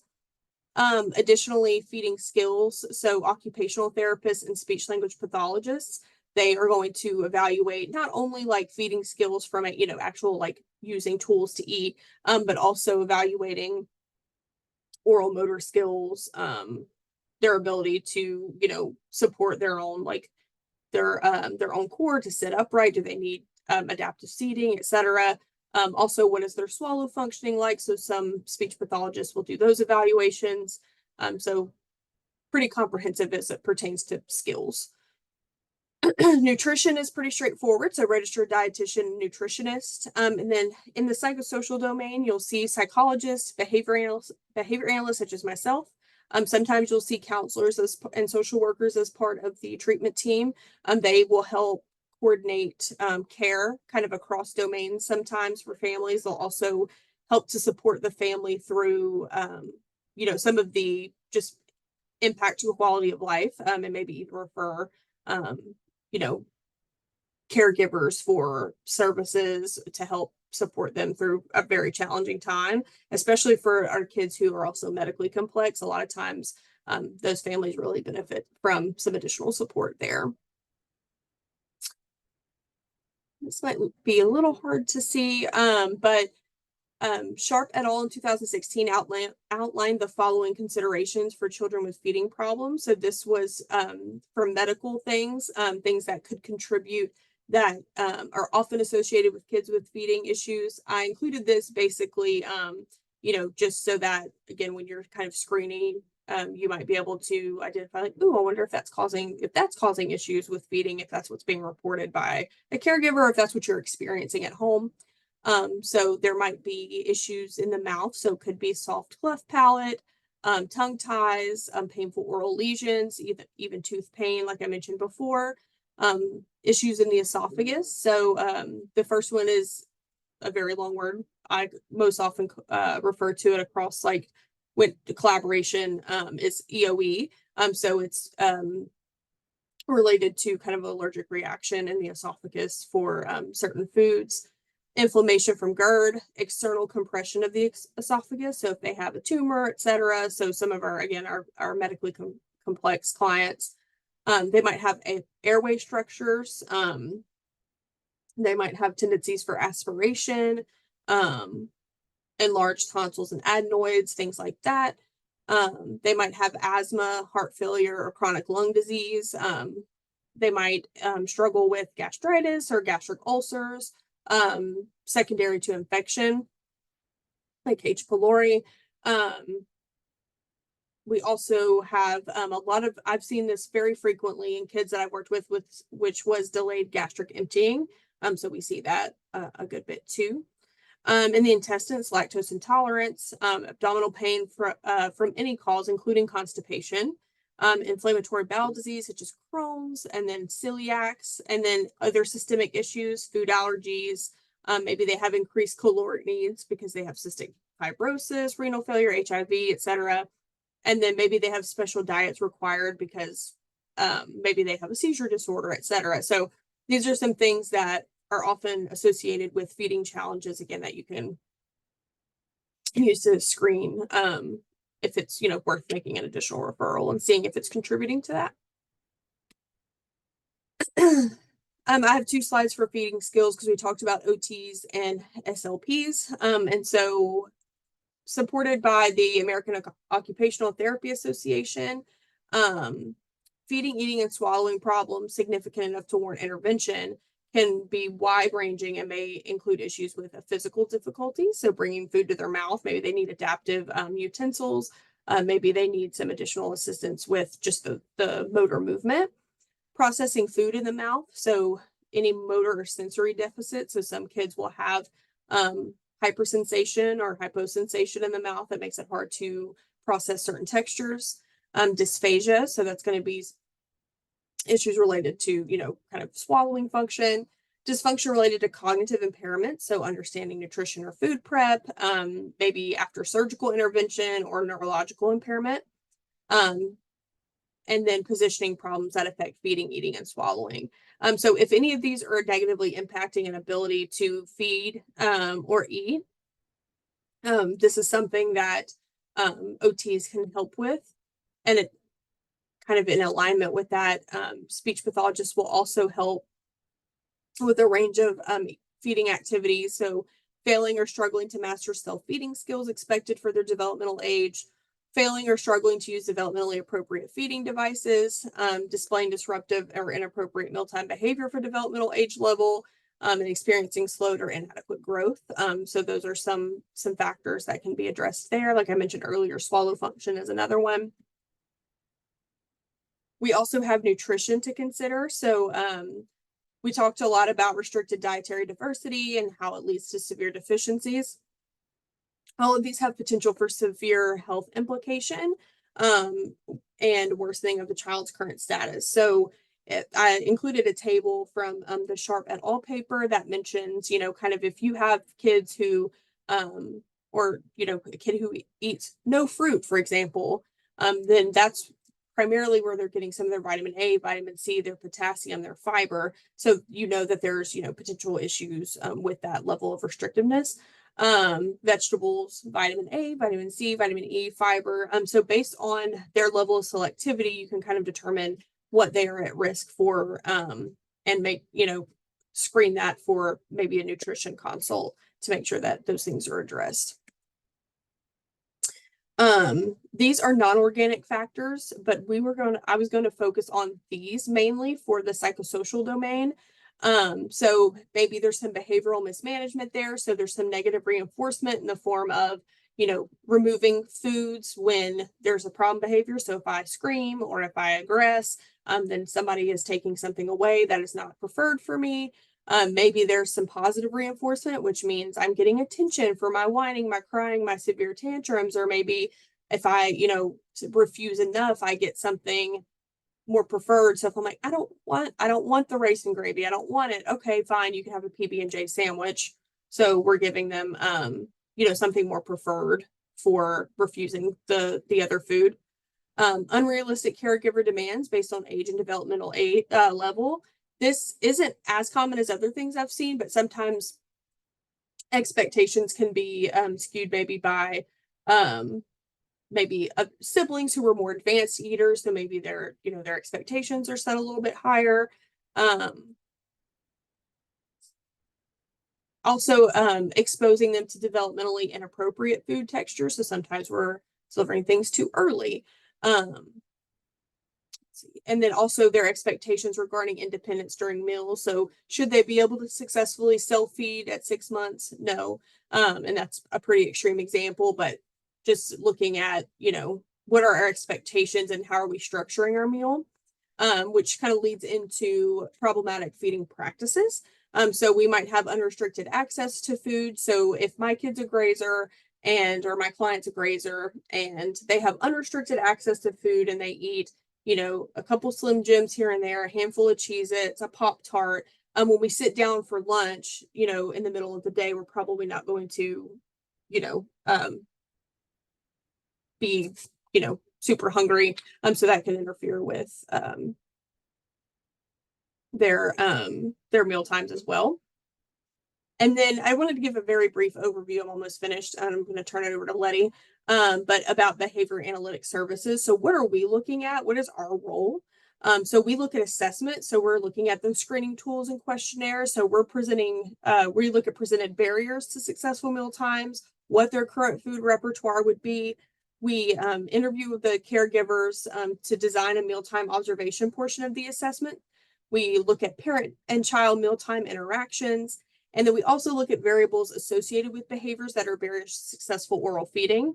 So food preference versus texture, maybe there's been reinforcement of challenging behavior. So we're looking at those variables, assessing them and trying to determine a way to mediate that in a way that works for not only the individual, but the family unit. And then things that we specifically address our variables would be, just food acceptance. Maybe that's a variety, maybe that's a texture, but some type of food acceptance. And we work through that with, usually demand fading, like maybe starting out really small bite sizes and working our way up, or we counter condition it where, we maybe allow them to choose a texture and work from there, so we try to make sure that, we're trying to eliminate as many aversive qualities of a mealtime as possible. We look at inappropriate mealtime behavior. So that can be as mild as protesting, as severe as aggression, expulsion of food. So that might be spitting out food once you do get them to try it, or removing it with their hands. We call it hand raking sometimes. Successful mouth clean. So that's their ability to chew and swallow an appropriately sized bite of food within an acceptable interval of time. So if not, let's just say it's longer in duration, that's what we would call packing, which is something we want to reduce. So if they're tucking food into their cheek, under their tongue, and holding it in their mouth for an excessive period of time, obviously it has risks for choking. It's also not conducive to successful feeding. And then we also look at caregiver behavior and just general meal structure in the home. Oh, I don't know why this is animated. It wasn't meant to be. This is a list of the references. Any of these materials that I talked about, or any of the resources that I mentioned, I'm happy to direct you to via email if you're interested in any of that. Any of these, I think most of this literature I can also share with you if you're interested. And then, of course, I think my slide deck as well, if you have any questions. Also, there's my contact information if you have any further questions after this, or if you don't get to ask questions at the very end. That's my direct extension and also my email address. So if y'all have any questions, we would love to hear from you. I think that's all I have, Lettie, if you're ready. I'm ready if you are. Yeah. Okay, let me try to share my screen.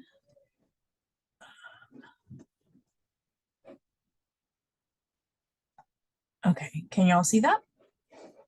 We can, thank you. Okay, now. Okay, can y'all still see it? Yep, still there. Okay, perfect. Okay, so I'm going to touch on kind of how we navigate that transition from adolescence to adulthood. Our learning objectives. So we're going to talk a little bit about how identifying how these social rules change for our adolescents and young adults. We're also going to talk about how to identify ways to foster independence and a little bit about why that's important, and some ways to safely practice social skills and identifying ways to safely practice these independent skills. So a little bit of backstory. My background in applied behavior analysis is working with the very young kids. I believe Colton touched on it a little bit. The early intensive behavior intervention kids, EIBI. So that's our 3, 4, 5, 6, 7-year-olds that most of the time we transition them into school. Not a big deal. Everything goes well. But I happened to have some teenagers on my caseload several years ago, and I realized that working with teenagers is actually kind of fun. Not many people would agree with me, but I think it's a blast. But I was also noticing that at that time there just wasn't a lot in the field as it related to treating those individuals as they got older, kind of past the age of 7 or 8. Everything just kind of dropped off. And so it was just something that interested me. I had a lot of fun with it.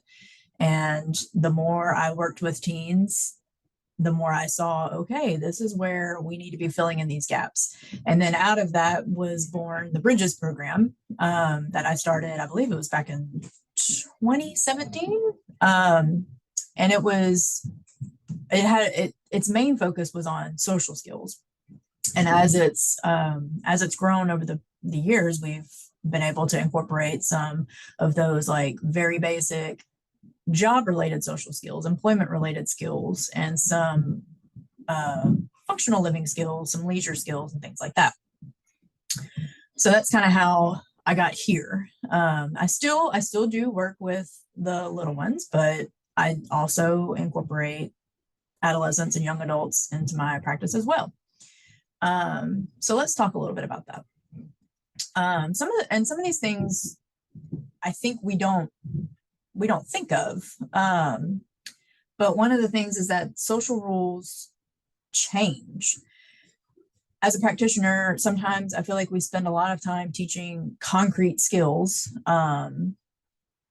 Wait your turn before speaking, raise your hand before speaking. You always have to share if someone is near you. You always have to tolerate peers or individuals, even if you don't like them. And then we don't spend a lot of time teaching these individuals how to appropriately express that, hey, like, I don't want to share right now, or I don't think I want to sit next to this person. So we don't teach that. And then these individuals grow up and they're not equipped for these skills that I kind of refer to as soft skills of socialization. Everything changes. Not only do social skills change, but the expectations in these individuals' environments also change.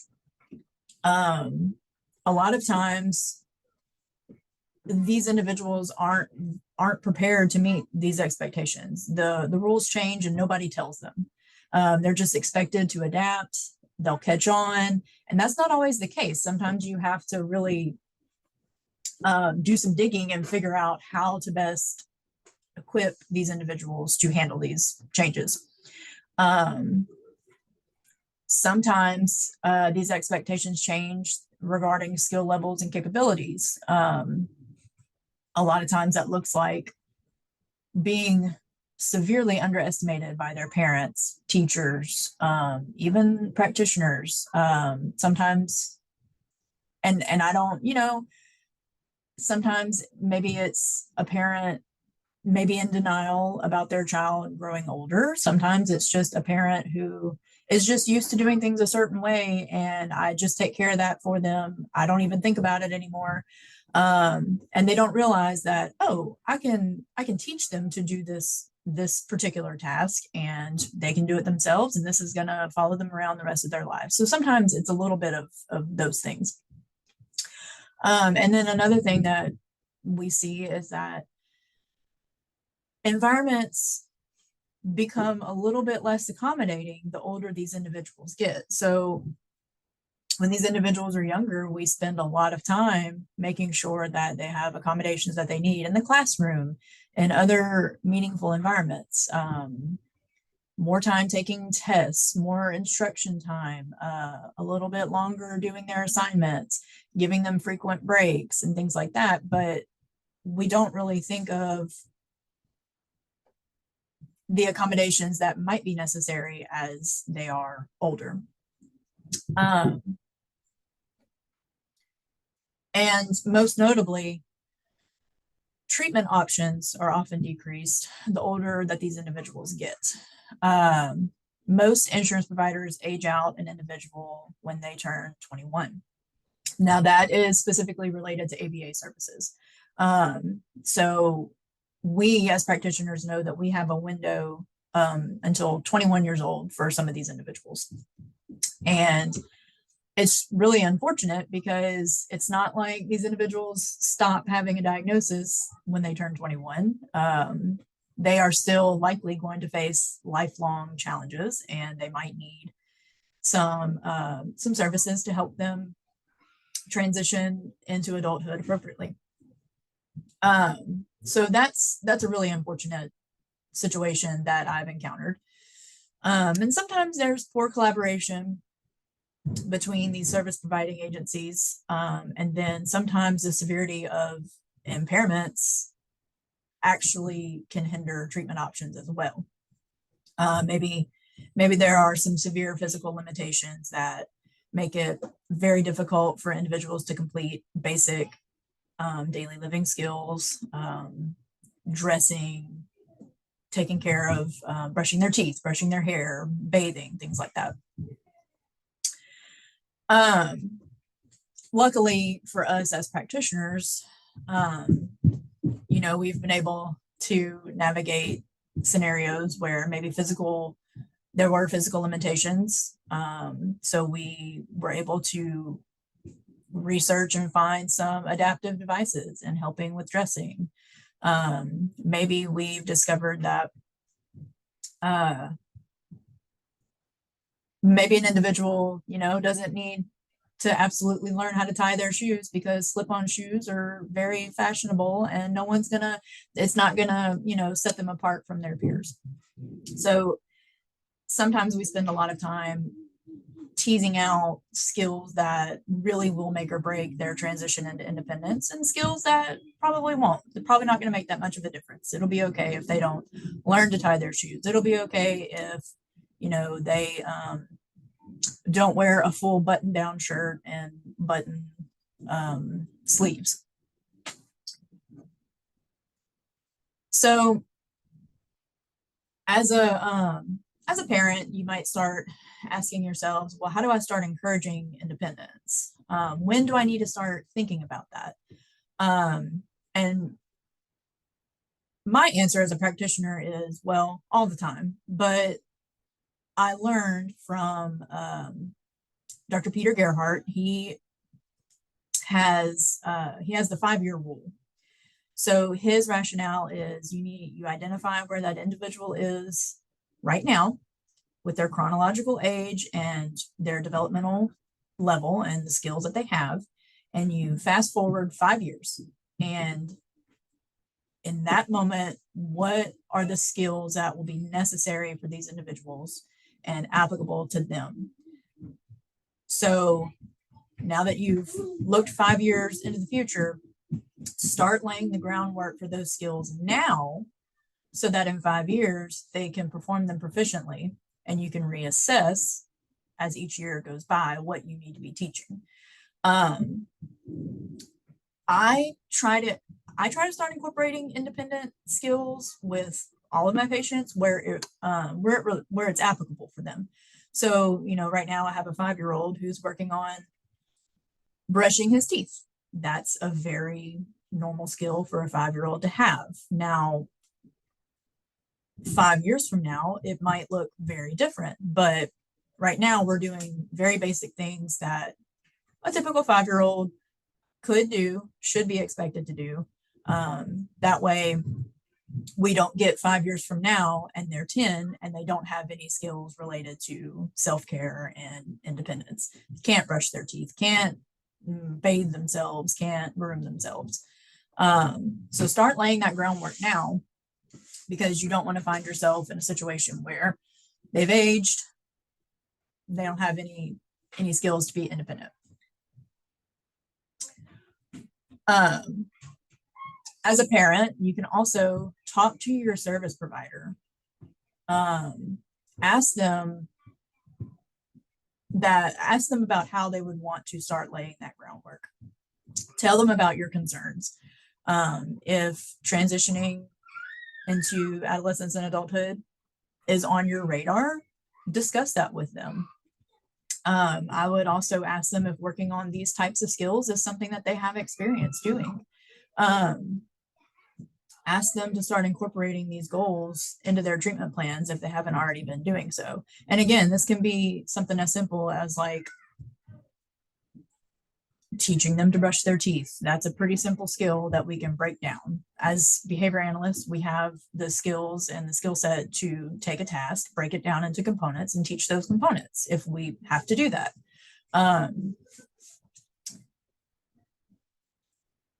Talk to other people that your child contacts regularly. That can be teachers, coaches. If they are employed, talk to their bosses, talk to their coworkers, talk to people who are around them. Ask to know if it's their teacher, ask to know what types of skills are being targeted in the classroom. If it's a situation where you feel that the things that are being taught to them are not super relevant for what they're going to need for the rest of their life, then advocate for those independence related skills. Being informed of what they're being taught and what they're learning is one of the main ways of knowing where to fill in those gaps. Back to the employers. Talking to their employers is important to know where are they falling short? Are they meeting expectations? Where can we fill in these gaps to help them out and give them a shot at independence and being successful in their adult life? And this is something that you could also ask, if you're a parent, this is something that you could also ask your child's behavior analyst to help you with. Ask them to help you contact the teacher, ask them to help you contact their employers if that's what you would like. It's not mandatory, but we are happy to help. There may be questions that we have that, maybe you don't think of. We might have ways to break down a skill that an employer might not think of. We might have suggestions, we might have workarounds that are very simple to implement and aren't disruptive to the naturally occurring environment, and won't make this individual look different or anything like that.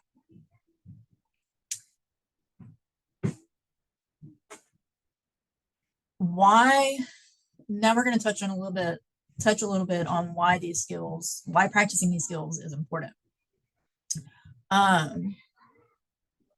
If you never get the opportunity to practice the skill, then the likelihood that you're going to learn the skill is pretty slim. So we need to create opportunities to practice and learn the skill. And more importantly, we need to provide a safe place for the individuals to learn these skills, because sometimes the skills that you need to practice aren't always going to be toothbrushing, learning, grooming, things like that. Sometimes you might have to teach an individual how to cross a street. That's dangerous.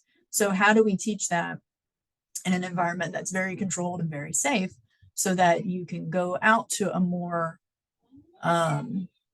dangerous, less restrictive environment and start teaching that skill there? Because our ultimate goal is for these skills to generalize to the environments outside of our clinic. So practicing them in a safe place is probably one of the most important aspects of transitioning from adolescence to adulthood. Ideally, we're going to implement varying levels of support, and we're going to fade those out over time. So that could look like, maybe you need to physically help somebody perform a skill, and then you fade that out over time, little by little. Maybe that's a visual support. Maybe it's a visual schedule until the individual learns a routine. However, whatever that looks like, our ultimate goal is to fade that out over time. Supported practice is also going to give the individual an opportunity to practice that skill while being able to ask questions and troubleshoot things. So we don't just like teach them the skill, not practice it, and then just send them out into the world. You want to create that environment where they can ask questions, where you can look at things that are problematic and troubleshoot those things before they have to go out and are expected to perform and, meet criteria. Because what we don't want to do is just throw them out in the world with no prior practice of these skills, no confidence, anything like that.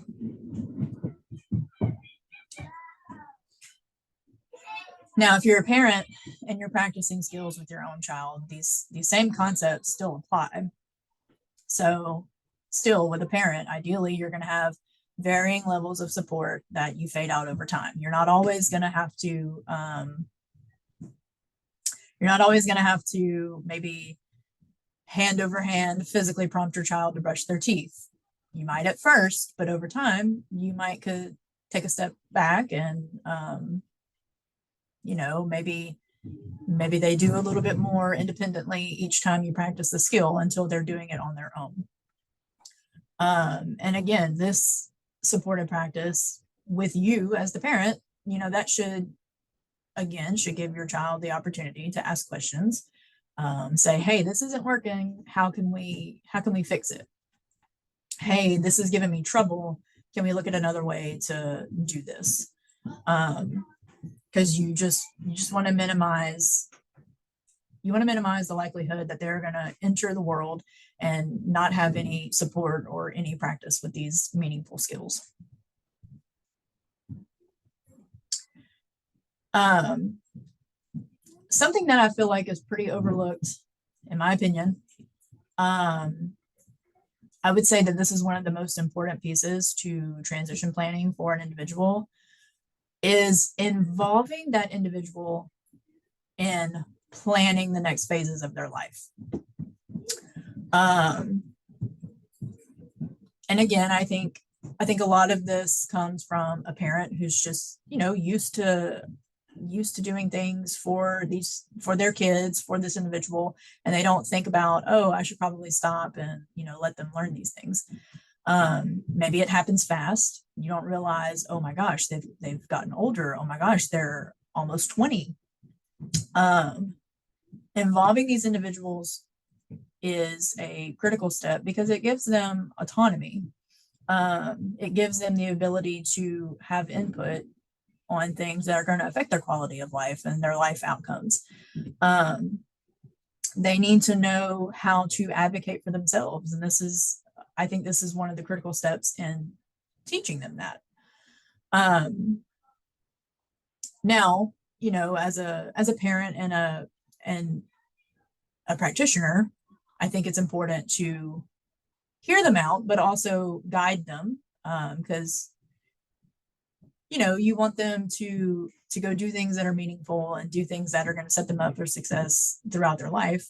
But sometimes, if you ask a teenager or a young adult what they would rather do with their time, they might tell you, well, I think I just want to sit around and play video games. I don't really think I want to go do any of those things. So it is your job as a parent and as a practitioner to make sure that we teach them the proper ways to budget their time, how sometimes I think we take advantage of the fact that some individuals just kind of learn how to manage their time. And sometimes we have to teach that. We have to teach free time skills. We have to teach how to budget time and how to do things that are important first, and then you can have fun later. Make sure all of these things get done first, and then you can do your fun things after that. So I think a big part of that is it's a delicate balance, but I think, and in my opinion, I think that you would probably, it would probably be better for that individual if they had input and some autonomy over their own life. And like I said, I touched on this a little bit earlier. Back when I was getting involved with treating adolescents and young adults, that was several years ago, and there wasn't a lot of research available for this age group. There was a lot of research for like ages 3 to 7, 3 to 8, but after that, everything just kind of fell off. And so that was really unfortunate. Over the last few years, though, that I have found that has changed. The research base with these age groups has grown significantly over the past few years. Research articles are more prevalent. There are more conference presentations. So there are more people out there researching it and developing these programs and seeing what works and sharing it with us as service providers. And now there are comprehensive transition programs at universities and colleges. So these individuals with autism or even intellectual disability can enroll at universities and colleges and have kind of a typical college experience and spend their time learning skills that are relevant to what is going to follow them around for the rest of their lives. So that's kind of a cool thing that's happened over the past few years. Getting ABA treatment covered for individuals who are adolescents and young adults has also been hit or miss for me.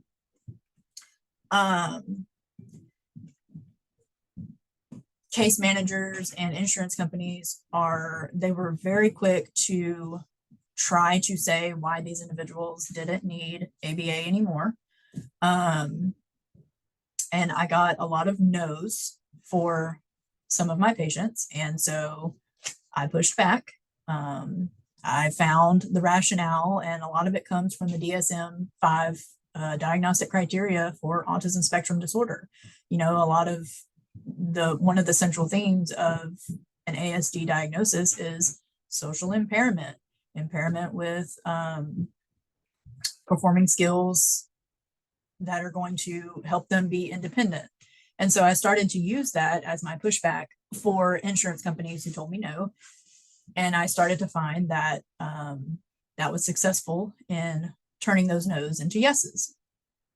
And so over the years, I've just kind of honed the skill of being able to submit, an insurance authorization for an adolescent or a young adult and have it come back approved on the first try.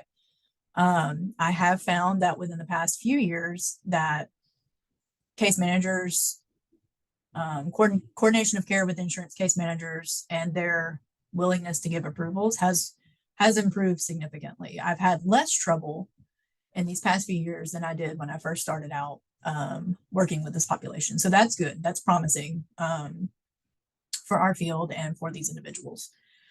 And then, the research also indicates, very recent research also indicates that these individuals who are on the path to planning some kind of transition plan, completing some kind of transition plan, are better prepared and equipped to meet those required levels of autonomy and to be social and to socialize in their daily lives. And those individuals, that statement comes from individuals who are on the spectrum. So that's self-reported. So these individuals are talking about how much being involved in the transition plan from adolescence to adulthood has positively impacted them, which is great. So that is a little bit about what that transition from adolescence to adulthood looks like for me on the practitioners, from a practitioner's point of view. And these are my references, and that is the end of my slideshow. That was incredible. All of the information was a very good level. Like, it's not way over my head. It was practical and full of resources. So thank you so much. I saw one question in the chat, and it does look like people are interested in having the resources that you guys can make available. If you're willing, whether it's the PowerPoint, or I know that we did have somebody provide feedback or mention interest in the feeding screener that Taylor mentioned. But one of the questions is, what if you miss early diagnosis of autism for lack of knowing? Is there testing for young adults? And if so, where? I guess, Lettie, that's maybe falls within some of what you're doing and your interests among adolescents. Is it different, do you find, getting someone that is older diagnosed? I think I had an individual who got a later diagnosis. I don't think that he was the typical 3-year-old, 4-year-old early diagnosis. And that was several years ago. I don't know what that process was like for them. That was before I was managing his case. I would imagine that it might be a little difficult because a lot of the diagnosticians have significant wait lists, and there are, certain diagnosticians take this kind of insurance, certain diagnosticians don't take insurance, and you got to pay out of pocket. So there's a lot of moving parts. I don't know what that's like for individuals who get that diagnosis later. I can't speak to that. I think that's useful information, though. I think that unfortunately it does take some calling on the part of parents, and kind of familiarizing yourself with resources. I know that Colton mentioned it earlier. You guys kind of have a resource sheet with local diagnosticians, and then some even, I think, as far as Lafayette. I think probably participants would like to have that too. Taylor, if you have some input towards that, that would be helpful as well. Or if you have any points to speak to that particular question. About diagnosticians and practitioners, is what you were saying? Well, or in about later diagnosis of autism, even. Well, I know that Medicaid in Louisiana was a little bit later on the curve for like coverage. And so I have worked with individuals who were pretty profoundly affected that got their diagnosis and services pretty late. And essentially we have historically approached that from the perspective that Lettie mentioned of like, what are those like independent living skills that they're going to need, like meet them where they are right now. And then where do they need to be in 5-10 years? And then having those tough conversations with families too about like, what's your goal for them? Like, are we wanting them to live independently at home with a caregiver? Do they plan to live residential? But as far as the process itself, I think it was similar in terms of even doing it younger. It's just the trajectory of treatment changes, I think. But to Lettie's point, like, I don't have an incredible amount of experience with that. It does require a lot of like parent advocacy though. Sure. And I think that's with anything. So we do have a question about local resources for testing and ABA therapy. Colton mentioned that earlier. There is a list that the McNeese Autism Program has put together of more local resources. He mentioned also that the area is pretty saturated because we have the school here in Lake Charles, which is incredible. It does sound like there's still quite a few waiting lists. But like you said, get on all of those. And we can send that out as part of the resources for post webinar follow-up. I do see also lots of good feedback about the presentation and how appreciative everybody is for your sharing your expertise. There's another question about training for diagnosticians. So do you see any NPs diagnosing autism? And I don't know who's more comfortable with that, but feel free, any of you, to provide feedback to that if you can.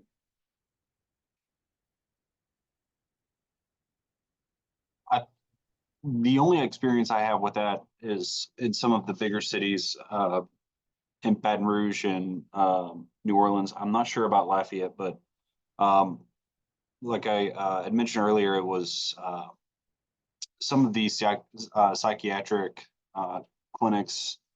I believe there was one in Baton Rouge that have PAs and nurse practitioners under them. They're able to diagnose, and I didn't know that before. I thought it had to come specifically from the psychiatrist or psychologist. So that makes it, I think it makes it a little bit more accessible. So you have more providers there. When we've heard in the past that sometimes it depends on what you're seeking. So it might depend on what kind of therapy you need. So perhaps, and I believe it was someone maybe associated with the school board that said, for our services, and they don't diagnose and they don't necessarily take prescriptions, but if it's for ABA therapy, perhaps your diagnosis has to come from a very specific practitioner, depending on your insurance. I don't know if any y'all can maybe speak to that. It could be dependent on what you're looking to accomplish. Is that true, maybe? Yeah. So my experience is solely with those that are attempting to get into ABA services.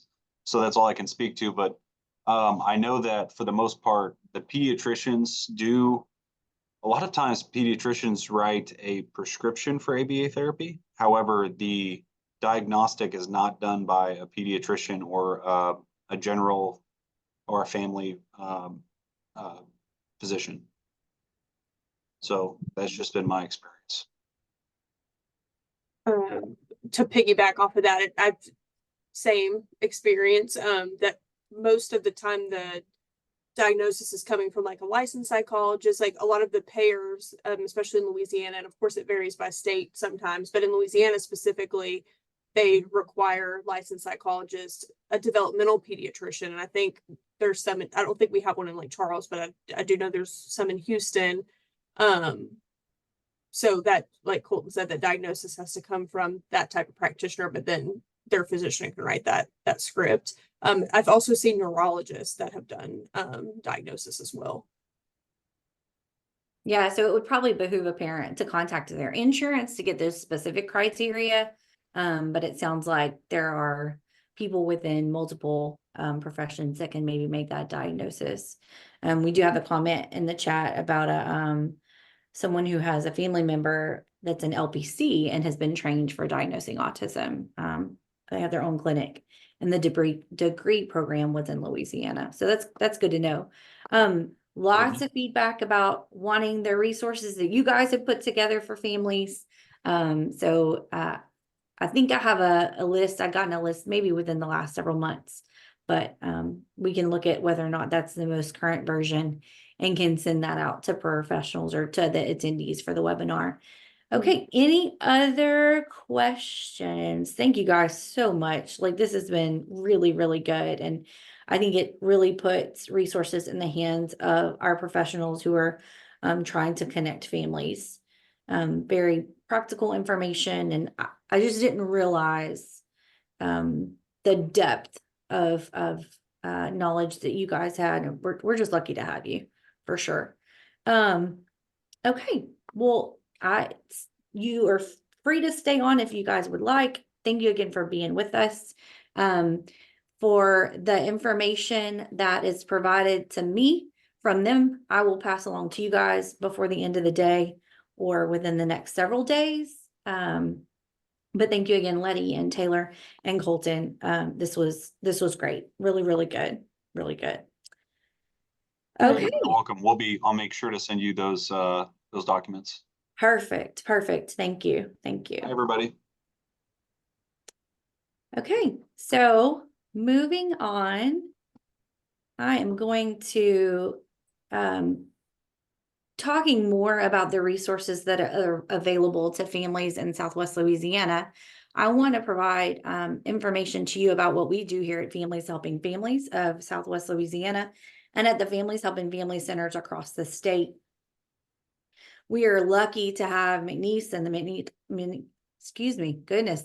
Autism Program here in Lake Charles. And they are one of several resources, but that is definitely a group that we can lean on when we're talking about our kids in the area, families that need resources for their family member with disabilities. So Families Helping Families, you might not know, is actually a network of resource centers. There are 10 across the state. All 10 are independent 501c3 nonprofit agencies and have their own boards of directors. We're family directed and promote advocacy through empowerment. Yes. Can you fix your screen? Sure can. It's showing presenter view. Okay. That should have fixed it, I think. That fixed it. Perfect. So maybe you can Thank see a you. little clearer now, guys. Sorry about that. We do promote advocacy through empowerment. We want to make sure families have what they need to access resources and information. We're a one-stop shop for disability information and support, all of the centers, and serve everyone with all kinds of disabilities and special healthcare needs. And then we do have an unwavering belief that individuals with disabilities deserve a meaningful life in the community. This is just some data it's representative of all the centers. There were contact with 39,400 individuals, professionals, parents, youth with special healthcare needs and disabilities over the last year. We provided, as a network, 365 training opportunities for families over the last year. So that was individual trainings. Sometimes it looked like what we did today with the McNeese Autism Program. Sometimes it is training. It varies, and we're always open to hearing what professionals and families are looking for so that we can bring more training to you. Our staff are knowledgeable, and we assist on the phone. We assist after hours. We assist via email and social media. Sometimes it looks like a text message, but we do IEP prep. We do webinars like previously mentioned. There's a newsletter that the different centers put together and send out. We do health and resource fairs and outreach. And then there's a regional and state voice for families. We assist with navigating systems of support, and we're partners in systems change. You heard Ms. Melinda talk about LeCan earlier, and that's what that looks like in some cases. There was a combined 209,000 website visits and then 141,000 newsletters distributed. This is a listing of the centers statewide. When you get this presentation later today or tomorrow, you can click on the individual links, and that will take you to the centers in the different regions of the state. They're color-coded to kind of sort of match the map, but you can always call our office if you have questions about the center in your area that serves the families that you also serve. So specifically about Families Helping Families of Southwest Louisiana, we are part of that statewide network that I mentioned earlier. We're a not-for-profit and family-directed resource center for individuals with disabilities and their families. We were established in 1992. So we serve Allen, Beauregard, Calcasieu, Cameron, and Jeff Davis parishes here in Southwest Louisiana. Our mission is to enable and empower individuals with disabilities. I am reading it, but it's so important. We provide information and training, peer support, referral education, and then advocacy skills. Our vision is that all individuals with disabilities have the opportunity to attend school, live, work, and play in their own community, that everybody can do things together and be supported in the ways that they need. So our tagline is, it's who we are and it's what we do. And as far as the who we are part, we're the staff here at Families Helping Families are parents of individuals with disabilities. We're individuals with disabilities in some cases, and then sometimes we're both. Because of our own experiences, we're uniquely qualified but committed to reach out to individuals with disabilities and their families. We use our experience to speak to families and to lead them to the resources they need. As far as what we do, we provide the 3 core services that were mentioned previously: information and referral, education and training, and then peer support and advocacy. Some pictures of the goings on here at Families Helping Families. So as far as information goes, we provide information about specific disabilities. Information is put out through our quarterly newsletter, which is really, really good. You should see it and join our mailing list if you haven't. We do a lot of printed and verbal information, and then you can access a computer in our center if need be by appointment. So we have that as a resource as well. For referral, we do referral to agencies that serve individuals with disabilities and their families. Provide specific information about how to access services. That's a lot of, we speak from our personal experience where that's concerned, and do a lot of specific information with families about like McNeese Autism Program, for example. And then we do referrals to state and national resources too. Under education and training, we provide educational opportunities and training for individuals with disabilities, for parents and family members. You know, you have grandparents and aunts and uncles raising children these days, whole families involved in that process. We actually do a lot for professionals too. A lot of professionals access our training to be more knowledgeable about how to help families. And then service providers, and it all is based on a variety of topics. There's a list here out to the side: ability awareness, IEPs, educational rights and responsibilities, transition. We talked some about that. Lettie kind of addressed that. Communication skills and advocacy skills, community and family supports. Okay, peer support and advocacy looks like emotional support and information, and support parent matching sometimes. And then a lot of one-to-one support from Families Helping Families staff. We have done support groups in the past, and we try to encourage families to kind of develop a support group for themselves and among other individuals that are impacted by disability. One of our funding partners, the primary major funding partner, is the Louisiana Developmental Disabilities Council, and they do provide the core funds for maintaining the resource centers. Also funds LACAN, again, mentioned earlier, very important to what we do here at Families Helping Families. I want to introduce you to our staff. First is our executive director, and Miss Susan Rain. She takes care of all the programs here and provides supervision, make sure that we meet our program deliverables. Those are super important. Supervises our board of directors, and then works with our board of directors. She does all the things, and is very important to what we do here at Families Helping Families. This is our bookkeeper, Miss Cynthia. It's administrative professionals say today, so tell your administrative professional in your life thank you for what they do. We're grateful for Miss Cynthia. She talks to families too. She does a lot of our financial, or all of the financial records, and manages the offices needed, and provides support to our staff too.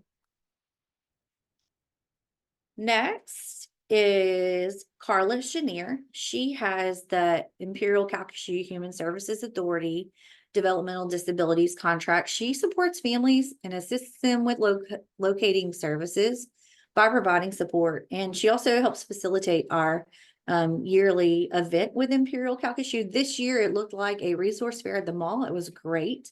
It usually looks like an empowerment conference, but we do empower families every day, and she's a part of that. Nicole Jones does information and referral, and she helps with the Next Chapter Book Club. She is also an asset to our office. So a lot of what happens in the office, a lot of the calls pertain to education support. And so the Louisiana Department of Education provides some funding, and Beryl, Wallace, and Melinda, in order of their photos there, are the education support specialists in our office. They spend a lot of time working with families who have students who receive special education supports and who need to receive special education supports. And they provide information and education with individual conferences with families to make sure that they're getting the most out of their student services, or helping them to even be evaluated, to request being evaluated for services. I'm the community resource specialist. I do have a background. We were previously, the Children's Special Health Services Clinic previously had parent liaisons, and so have some background in working in the clinic setting and have some knowledge of resources for children and youth with special healthcare needs and their families, how to maybe get the prior authorization for services, what kind of specialty care we have available in the area, and how to get to that. And so that's the way that I support families that I get to connect with. Colton mentioned, well, I believe everybody actually mentioned the importance of early intervention and the Early Steps program. China Guillory is the community outreach specialist in our office, and she meets with and provides training to families who have kids that are accessing those services. She is a wealth of knowledge and does information and referral. She can take the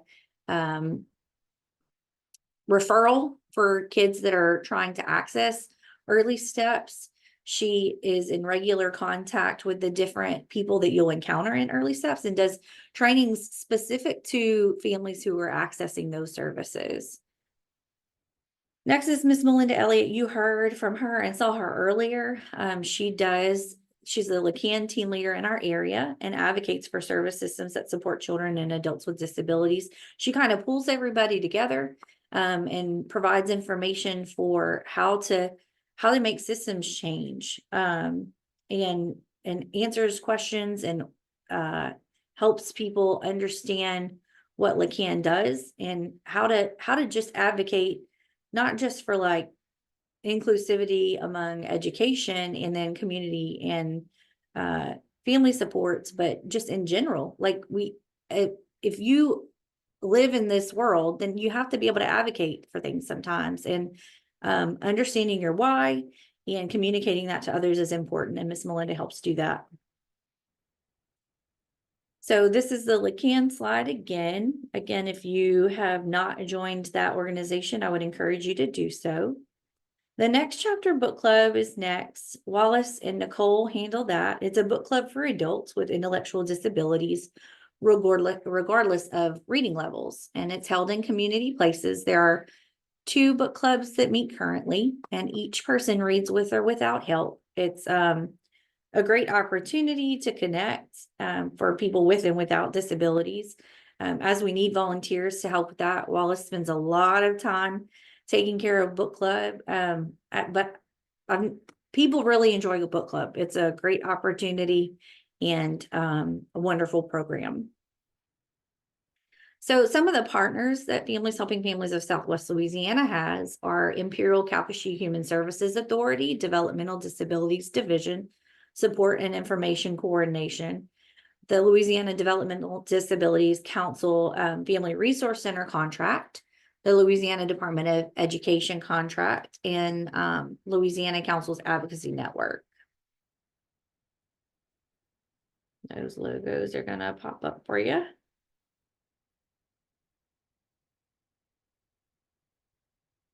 Okay. Additional partners are the Early Steps Community Outreach Specialists, the Bureau of Family Health Community Resource Specialists, which brings you the regional resource information workshops. We have a few more of those across the state before the end of the fiscal year. So if you still need CEs, look for that information. And then the next chapter book club.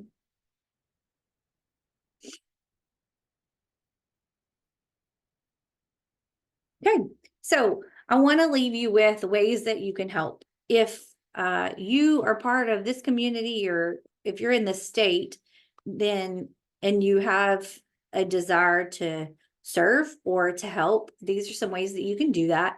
Tell people about what we do. Tell people about the McNeese Autism Program. There are families that are looking for resources and think that we don't have any. And there's not an abundance of resources, but people don't know sometimes what's available to them. So share about what we do here at Families Helping Families, share about other supports and services for individuals with disabilities, and just make sure the word is out. Share your story. Talk about how we've helped you. Talk about how other resources are available for you and your family, and talk about the importance of having those resources maintained. Volunteer. You can volunteer for the Next Chapter Book Club. You can volunteer for our family events or Christmas events. Contact us, see what we have going on and how you can plug in there. You can serve on our board of directors. Always looking for people to do that. That's something you could contact our director about. You could be a sponsor for one of our fundraisers. We have a golf tournament coming up. It's going to be on Friday the 13th in September. And we're looking for sponsors for that.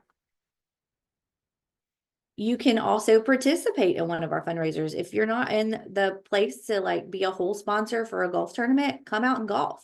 That's another way to contribute. You can help again with our Christmas event. The community dances are held, I believe, every couple of months, if not every other month. Those are wonderful. Those are for everybody. They are good opportunities for people with disabilities, but anybody can come to that. And I find every time that I'm very out of shape, but I don't leave unhappy because it's just a wonderful event. You can make a donation for our unfunded programs like the Next Chapter Book Club. You can purchase a set of books for that, or just again make a donation in general. This is our contact information and address. We're located at 324 West Hale. This is our website and our email address, so feel free to reach out to us. If you have any questions for me, I've gone over a little bit, I apologize, but this is our closing slide. The evaluation link should be in the chat here soon. So please complete the post-event evaluation. Certificates of attendance can be expected within the next week, and then CE certificates are going to be delivered by email, the email that you signed up with, in the next 3-ish weeks. If you have any questions, you're welcome to contact me. I should be able to answer those, and I can bump those up if not. This slide is inaccurate. There will be handouts for this webinar. If nothing else, you will receive the Families Helping Families presentation, and you should have those maybe by the end of the day, today or tomorrow. CEs won't be disseminated for anyone accessing the recording. I need to say that. And then the recorded presentation will be posted to our YouTube in the next several weeks.